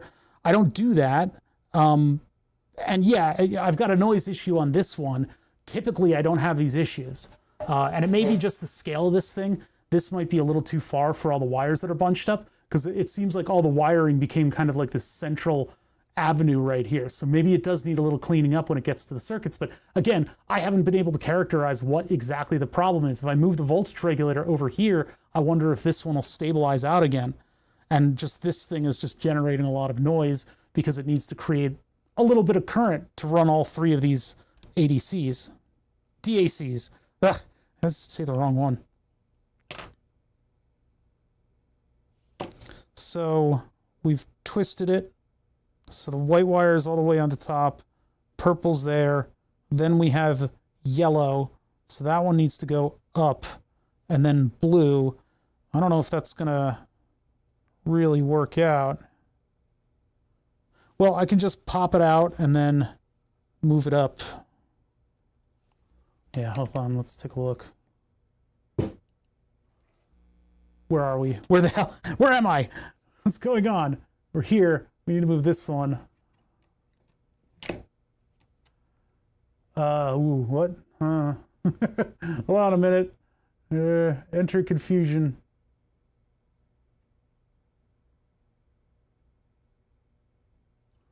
We're going here. It's doing this whole song and dance. This is where it's going. Okay, so that one doesn't continue on. Ground does, so I'm going to have to do something different with ground.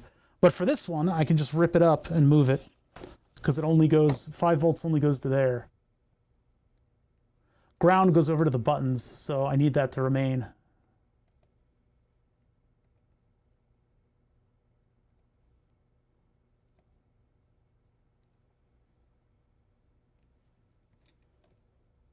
And then from the other side, so we'll do different view for this. Well, you guys can still see what's going on. Try to get in there and then heat it up at the same time. This is more of a arm cam view.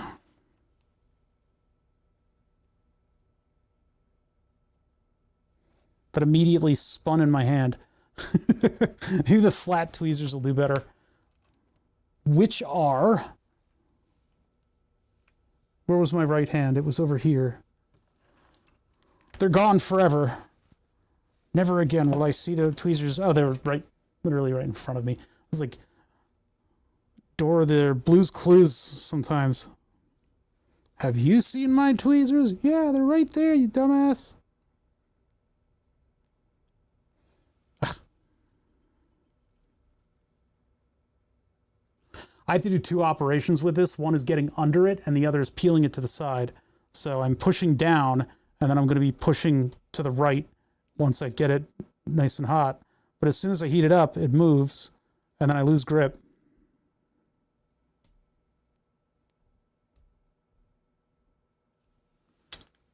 There we go.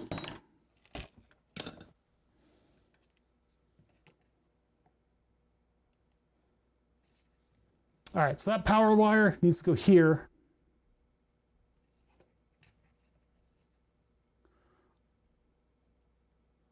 Black market modular power kit. There are not, wait, what?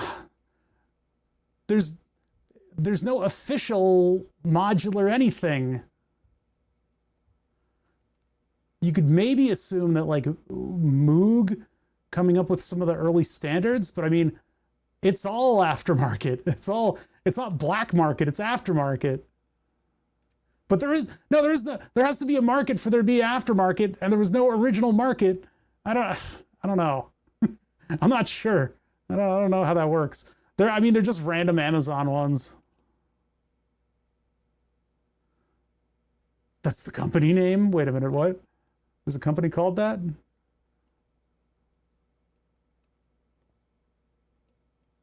That actually worked pretty good. Father, I believe you say well. It worked well. Yeah, well. Yeah, well for you. What's up, Wonky Robot? Typical greeting.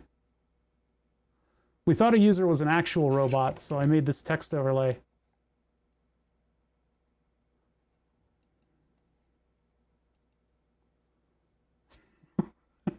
But it didn't work.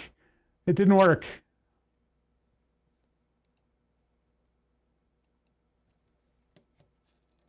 They might have been a real person.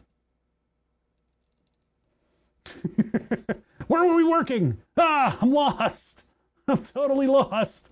We're turning their screen 90 degrees because I originally made it turned 90 degrees, and it turns out that it shouldn't have been turned 90 degrees. So we're turning it 90 degrees because I turned it 90 degrees.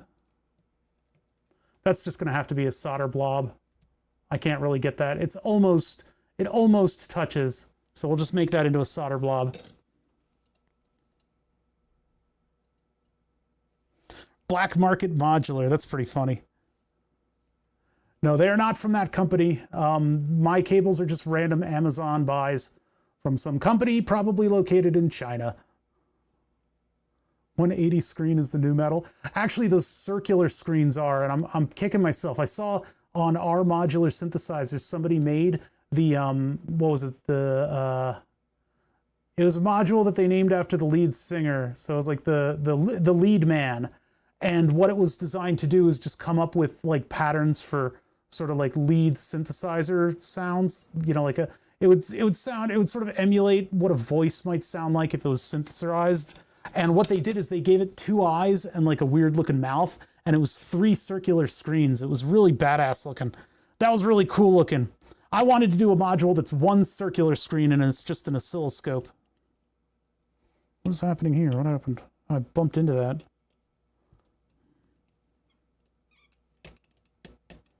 Yeah, that would have been really cool. Really cool concept. Okay, so we just need ground. And since I can't run a new ground wire, I am just going to go down and over to this ground. Oh, and I've got a little, oh no, that's solder. I thought I had a little piece of scrap wire sitting here. That would have been nice. I think I need to get a new piece of wire. Yeah, looks like it. All right, so flush cutters. Where are they? They're over here. Having the flush cutters sitting on your desk just open is really when dealing with this much hookup wire is it's a little bit frightening. Eh.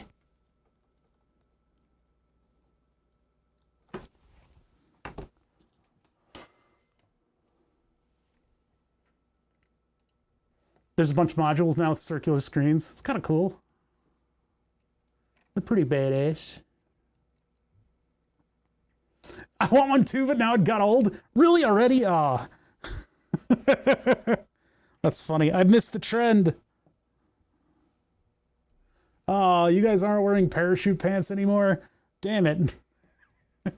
I just bought some.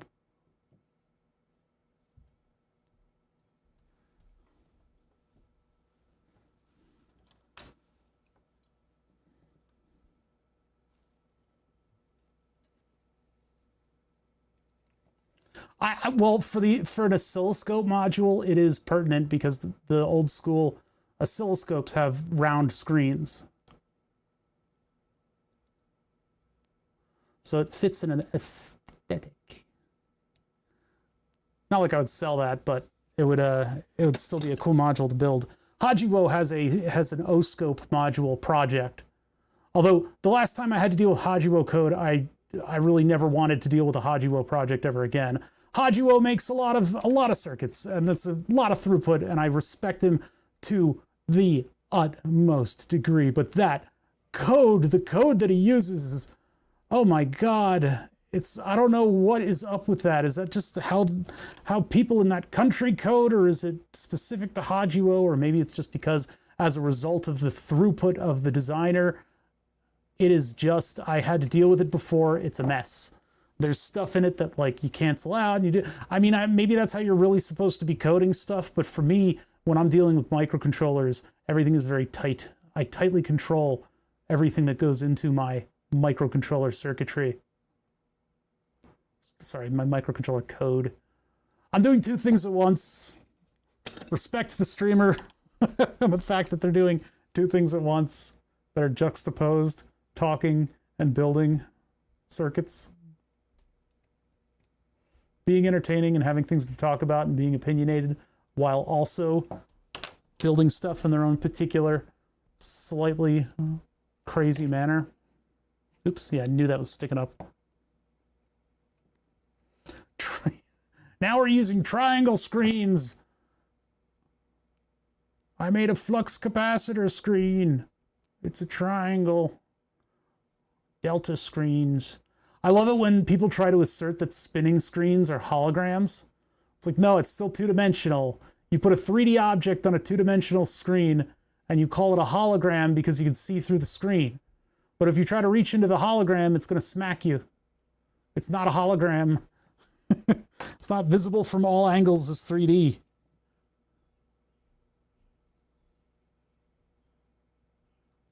Make a synthesizer module so that it has one of those spinning screens. And if you try to mess with the connections, the rotor smacks you in the hand. Hold on, I just got to change this. Ow! Why did it hit me?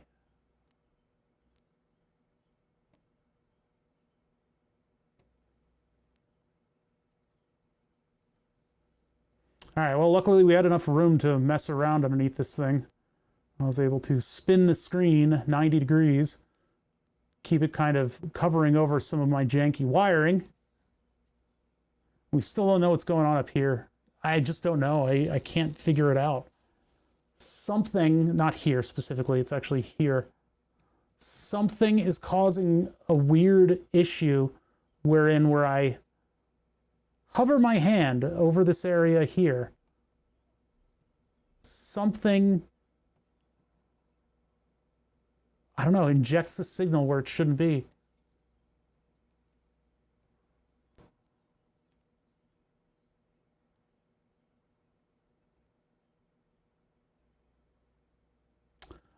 Did I put a decoupling capacitor on the op amps? I don't think I did. Maybe that might be it. There was a fidget spinner module? Stupid. That's so stupid. Magnets and a guitar pickup. That makes sense. That's pretty funny. Am I going to blow up this screen? Ground VCC. Ground VCC. Nope, I'm not going to blow it up. I'm not going to blow it up.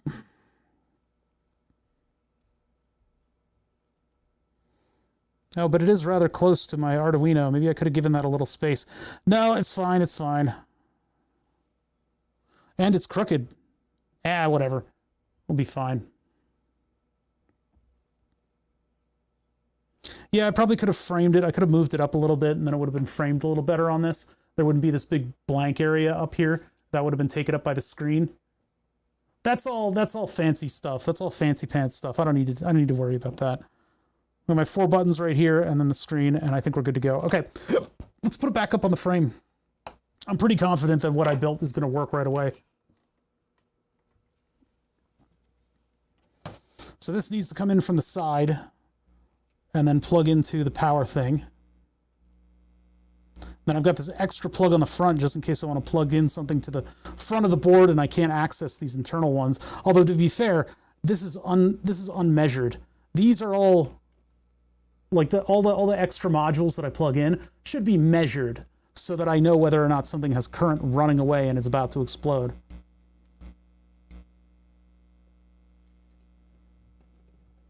Also, this whole bar moved, and I don't know if it's still within... I need to make sure that it's still within spec. Yeah, that's pretty good. Up a little bit, yeah. Oh, I see, the bar is supposed to be even. There we go. I'm going to tighten that up so I don't have to deal with that again. What I want to do with a guitar pickup is I want to see if I can do something that changes the frequency of the audio coming in to a high frequency and then puts it into something like a little spring and then brings it back out and lowers the frequency again. So you can have like a big reverb in a small magnet or a small spring. I don't know how that would work though. I'm not certain I can do that. I think that might not be doable. Father, you violated the laws of physics and your ideas again. Maybe take a step back.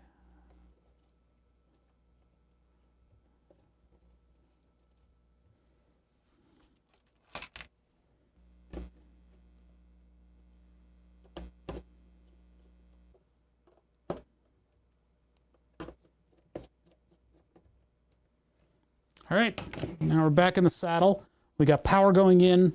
I'll put my tools away. So many tools. Somebody did... Oh yeah, I already read that. I already read that, and I'm up to date? Yeah, good. Okay. Cool.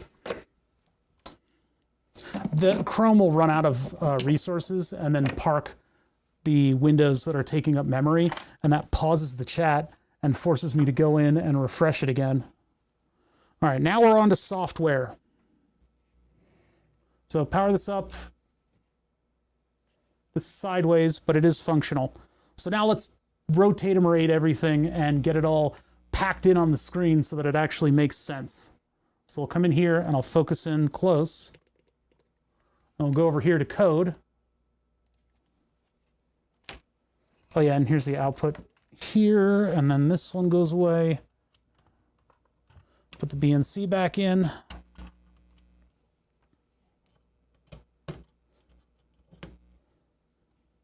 Oh, and this back in.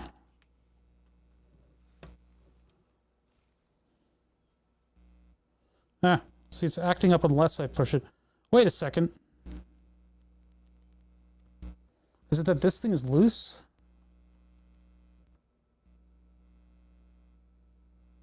It might just be that this module's loose. Because the power supply is a little bit loose. I don't know why that would cause all the issues that I'm having.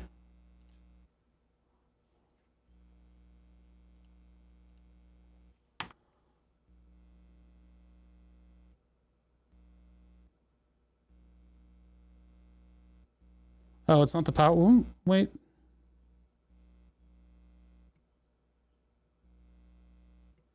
If I pinch this... Okay, hold on. Turn this off. bend one of these pins over just a little bit.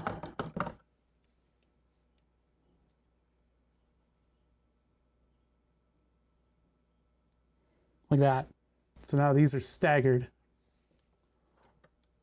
It looks like I used the wrong header for the power supply. Yeah, this should be the smaller type of header, which would give it a better connection. What's up, esports? Wait, have you been here the whole time? How'd that work? The speed of sound is the same independent of frequency. Well, it wouldn't work because I don't know what I'm talking about. That's the simple truth of it.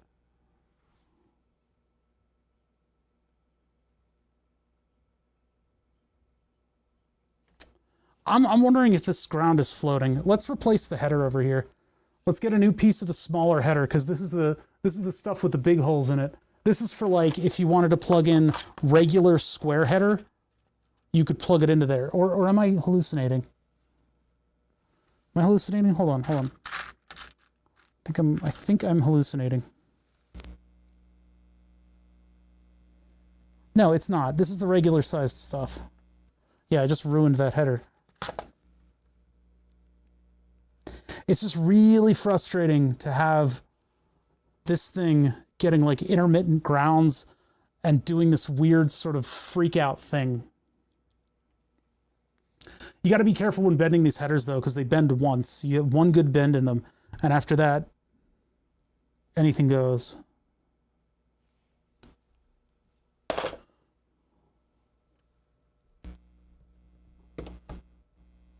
Okay, I'm going to make sure that the grounds are all connected because I deflected the pins just a little bit. I'm wondering, I don't know, Palolo doesn't really specify. PG and shutdown are built to be able to float. And since the whole microcontroller is working just fine, I don't think it's a PG and shutdown issue.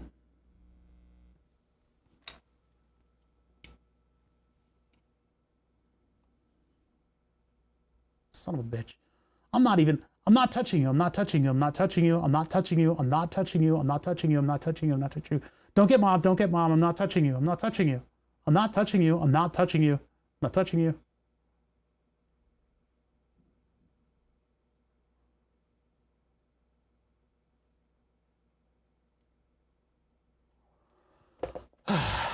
Hi, Begora. I get really mad at this thing.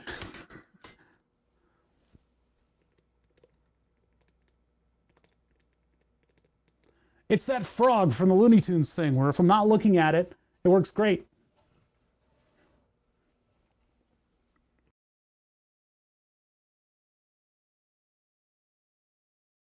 All right, let's fix the screen up. Let's get that working, because that's easy to do. So what we're going to do is we're going to turn the screen back to its original orientation, which is just a matter of the invert number not being in there or being turned back. So we'll go over here, and we will go to the code, and we go to the initialization stuff, which is all at the top of the stuff here, where we are make for thing would be here. Initialize the display,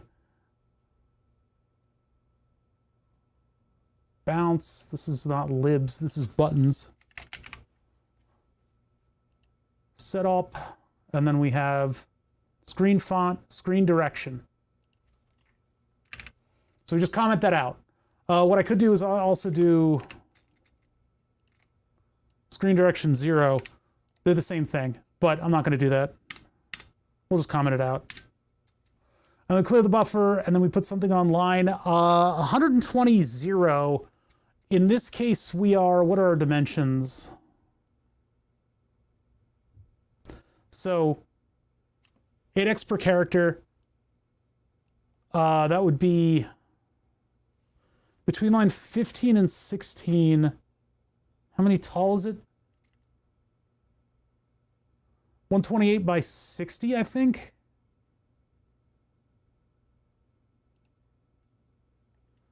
So in this case, font is 8x per character. Screen not flipped 90 is 128 wide. I'm not sure how many tall. Let's put this at 60 and see if it shows up at the top. I think it is 60 tall. So 60 minus 8. 59, 58, 57, 65, 52. And then to get this into the center, 4 characters. So we are 128 over 2. So 60. Oh, is it 64 tall? We'll see in a minute. We'll see in a minute. So 128, so 64. 64 minus 16. I'm going to do it in a calculator because Stream robs you of your faculties. I no longer have control over the mathematic part of my brain.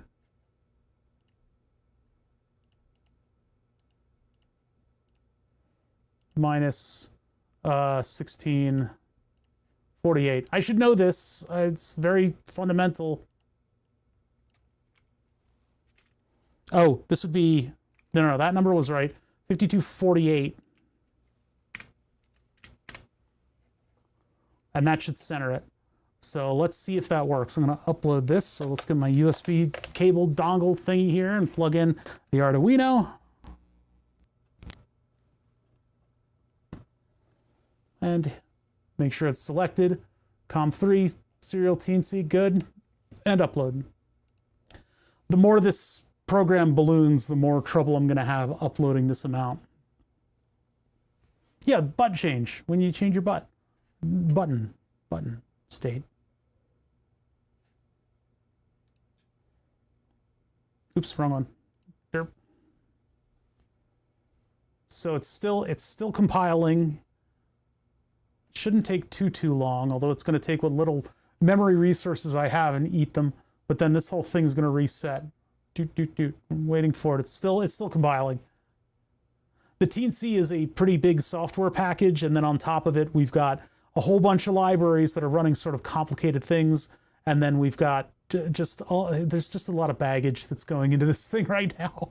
But the Teensy 4 can absolutely handle all this stuff. It is a very capable microcontroller.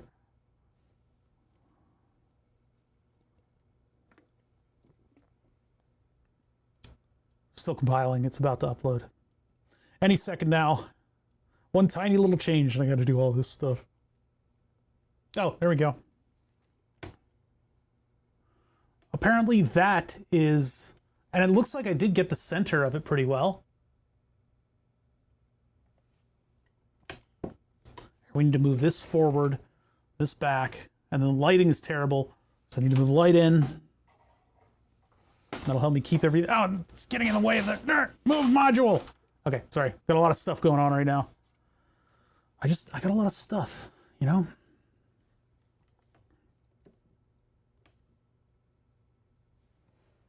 All right, so we are closer to the bottom than the top. I think I've got this all messed up, but we are definitely in the center though. So I did get that right with the 4 per thing. So 52 puts us way down there. 52. So what is our dimension again? I think I've got the thing open, the web page open for this somewhere. I'll have to do a little bit of reading about the PCM module too, because I think there's something, there has to be something I can do in order to stabilize the signal a little bit in these from that external noise that I can't seem to control.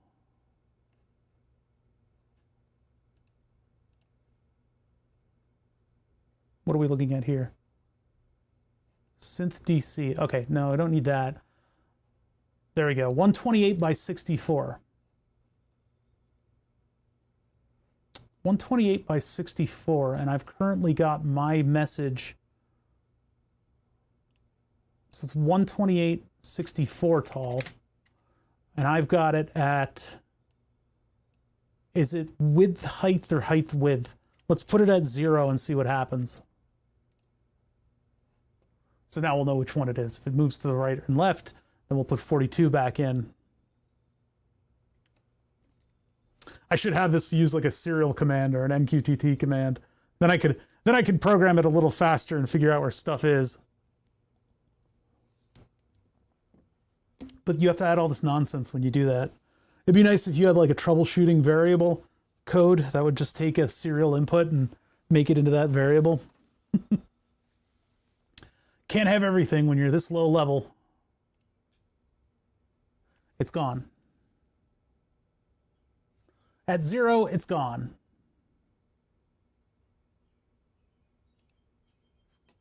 Okay.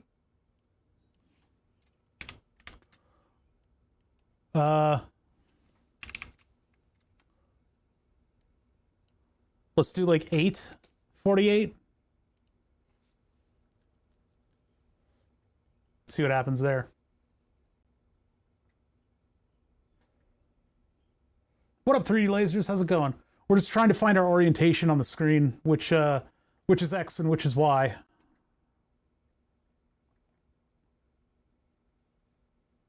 The cursor's in the lower left, so if we set that to be 0, maybe it pushed it all the way up. So if I set it to 8, that might put the... Oh, yep, there, now we're back. So the one that I have set to 8 is...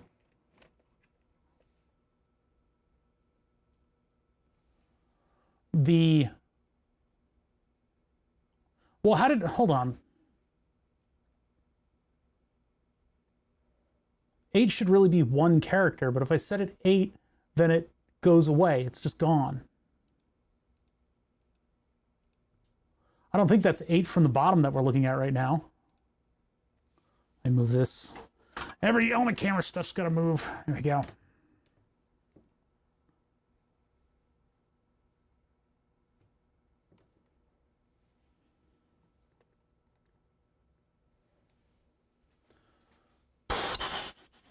So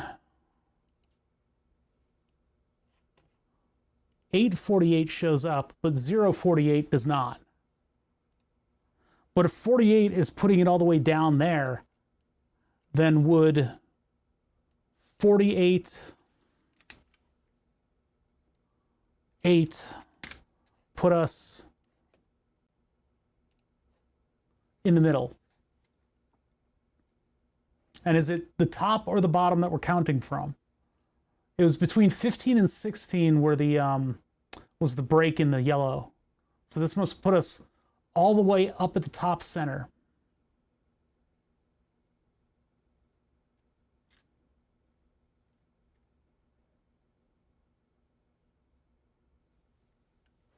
This should be a... Oh, there we go. Right up there at the top center. All right. So technically we would have another line that we would be able to put characters onto. So if I go down to 16,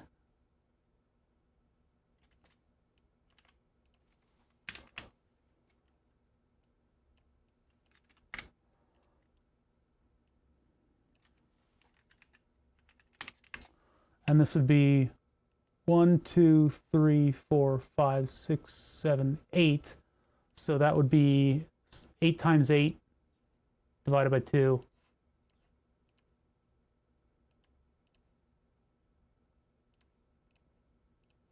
$32 minus 48.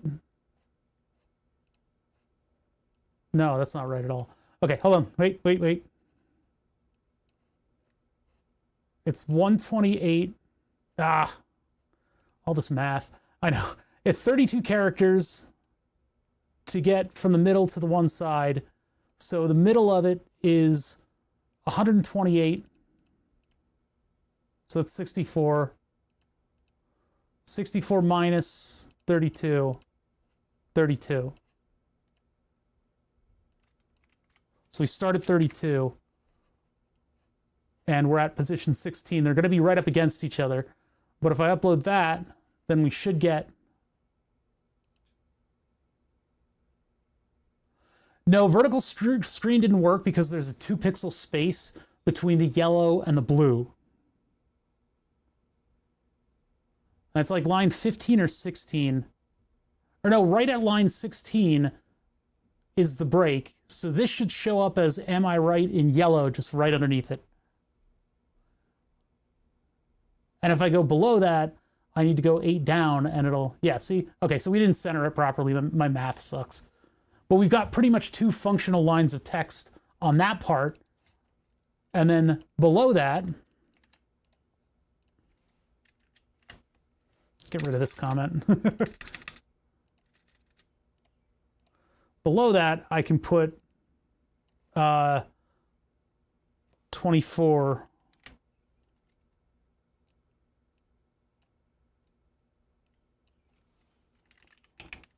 blue text. So this wasn't centered. What didn't I do here? So this is the center of the screen is at 64, and so I've got 1, 2, 3, 4, 5, 6, 7, 8 characters, 8 by 8, 8 characters, 8 by 8, 64 over 2, 32. So 32 would be the number of offset, 32 offset for the whole word of am I right from position 64 minus 32, which is 32. Man, 8 math, am I right? Well, why is that off by so much then? 1, 2, 3, 4, 5. Oh, these are, wait a minute, these aren't. These are 6 by 8. Wait, those are 8 by 8. Lowercase isn't 6, is it? 1, 2, 3, 4, 5. Yeah, so lowercase is 6 by 8.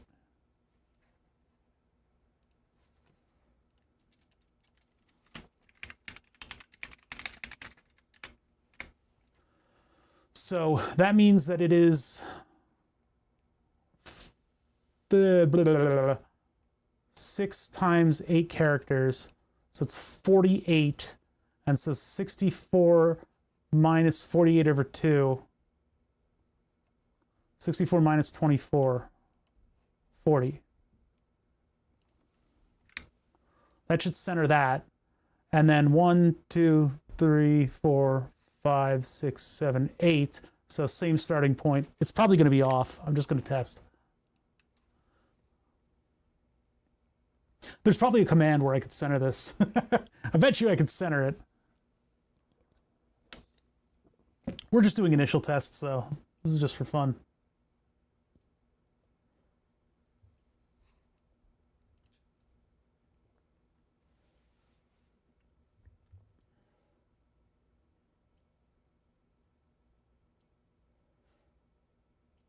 Oh, I can hear my pump trying to correct my glucose level. Oh, that's a little better. So does that look centered? Kind of does.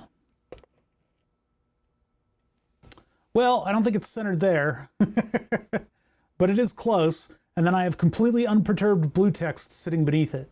So that's pretty cool. What I haven't done is program this text. Oh God, it's horrible. It's hideous. Oh no.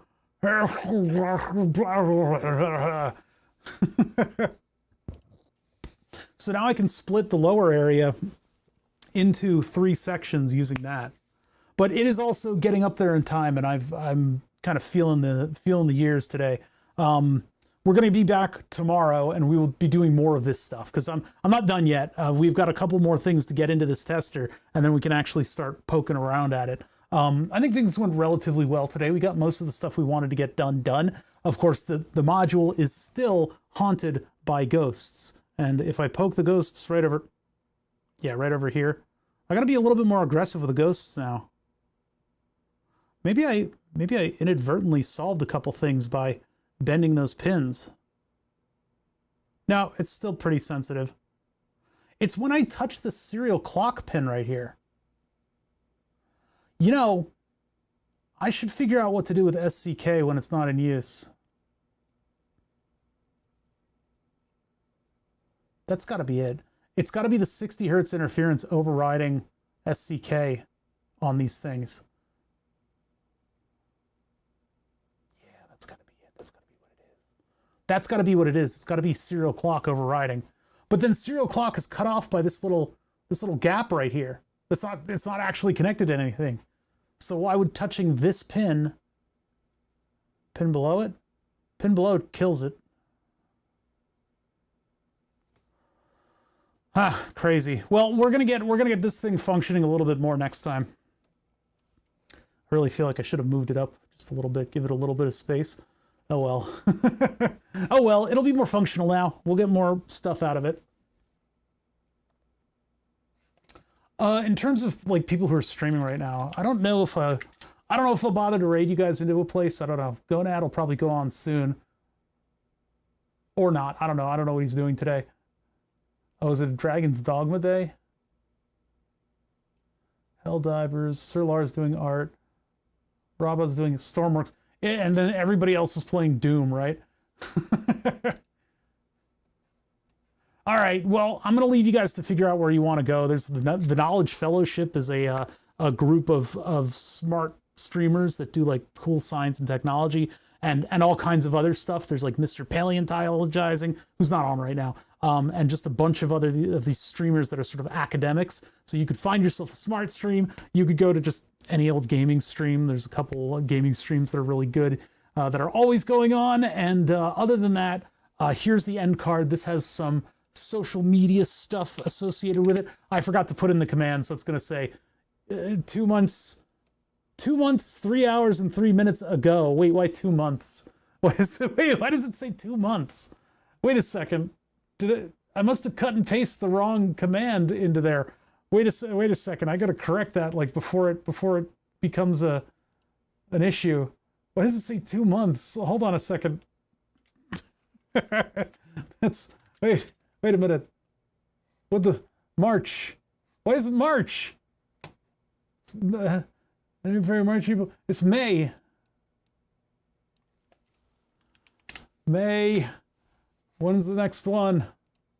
Friday. It's tomorrow, the 16th. 16:25. There we go. I must have copied one that was like scrolled way up. That's ridiculous. I had it on the wrong M month. There we go. So there's like blue sky if you feel like it. I haven't posted anything in a little bit. Most of the things happen on Discord, but yeah, check out the Discord if you feel like it. Other than that, like, comment, subscribe, leave bits, and always something, some kind of a joke while I find where I lost the technical issue screen. It's way down here. I found it.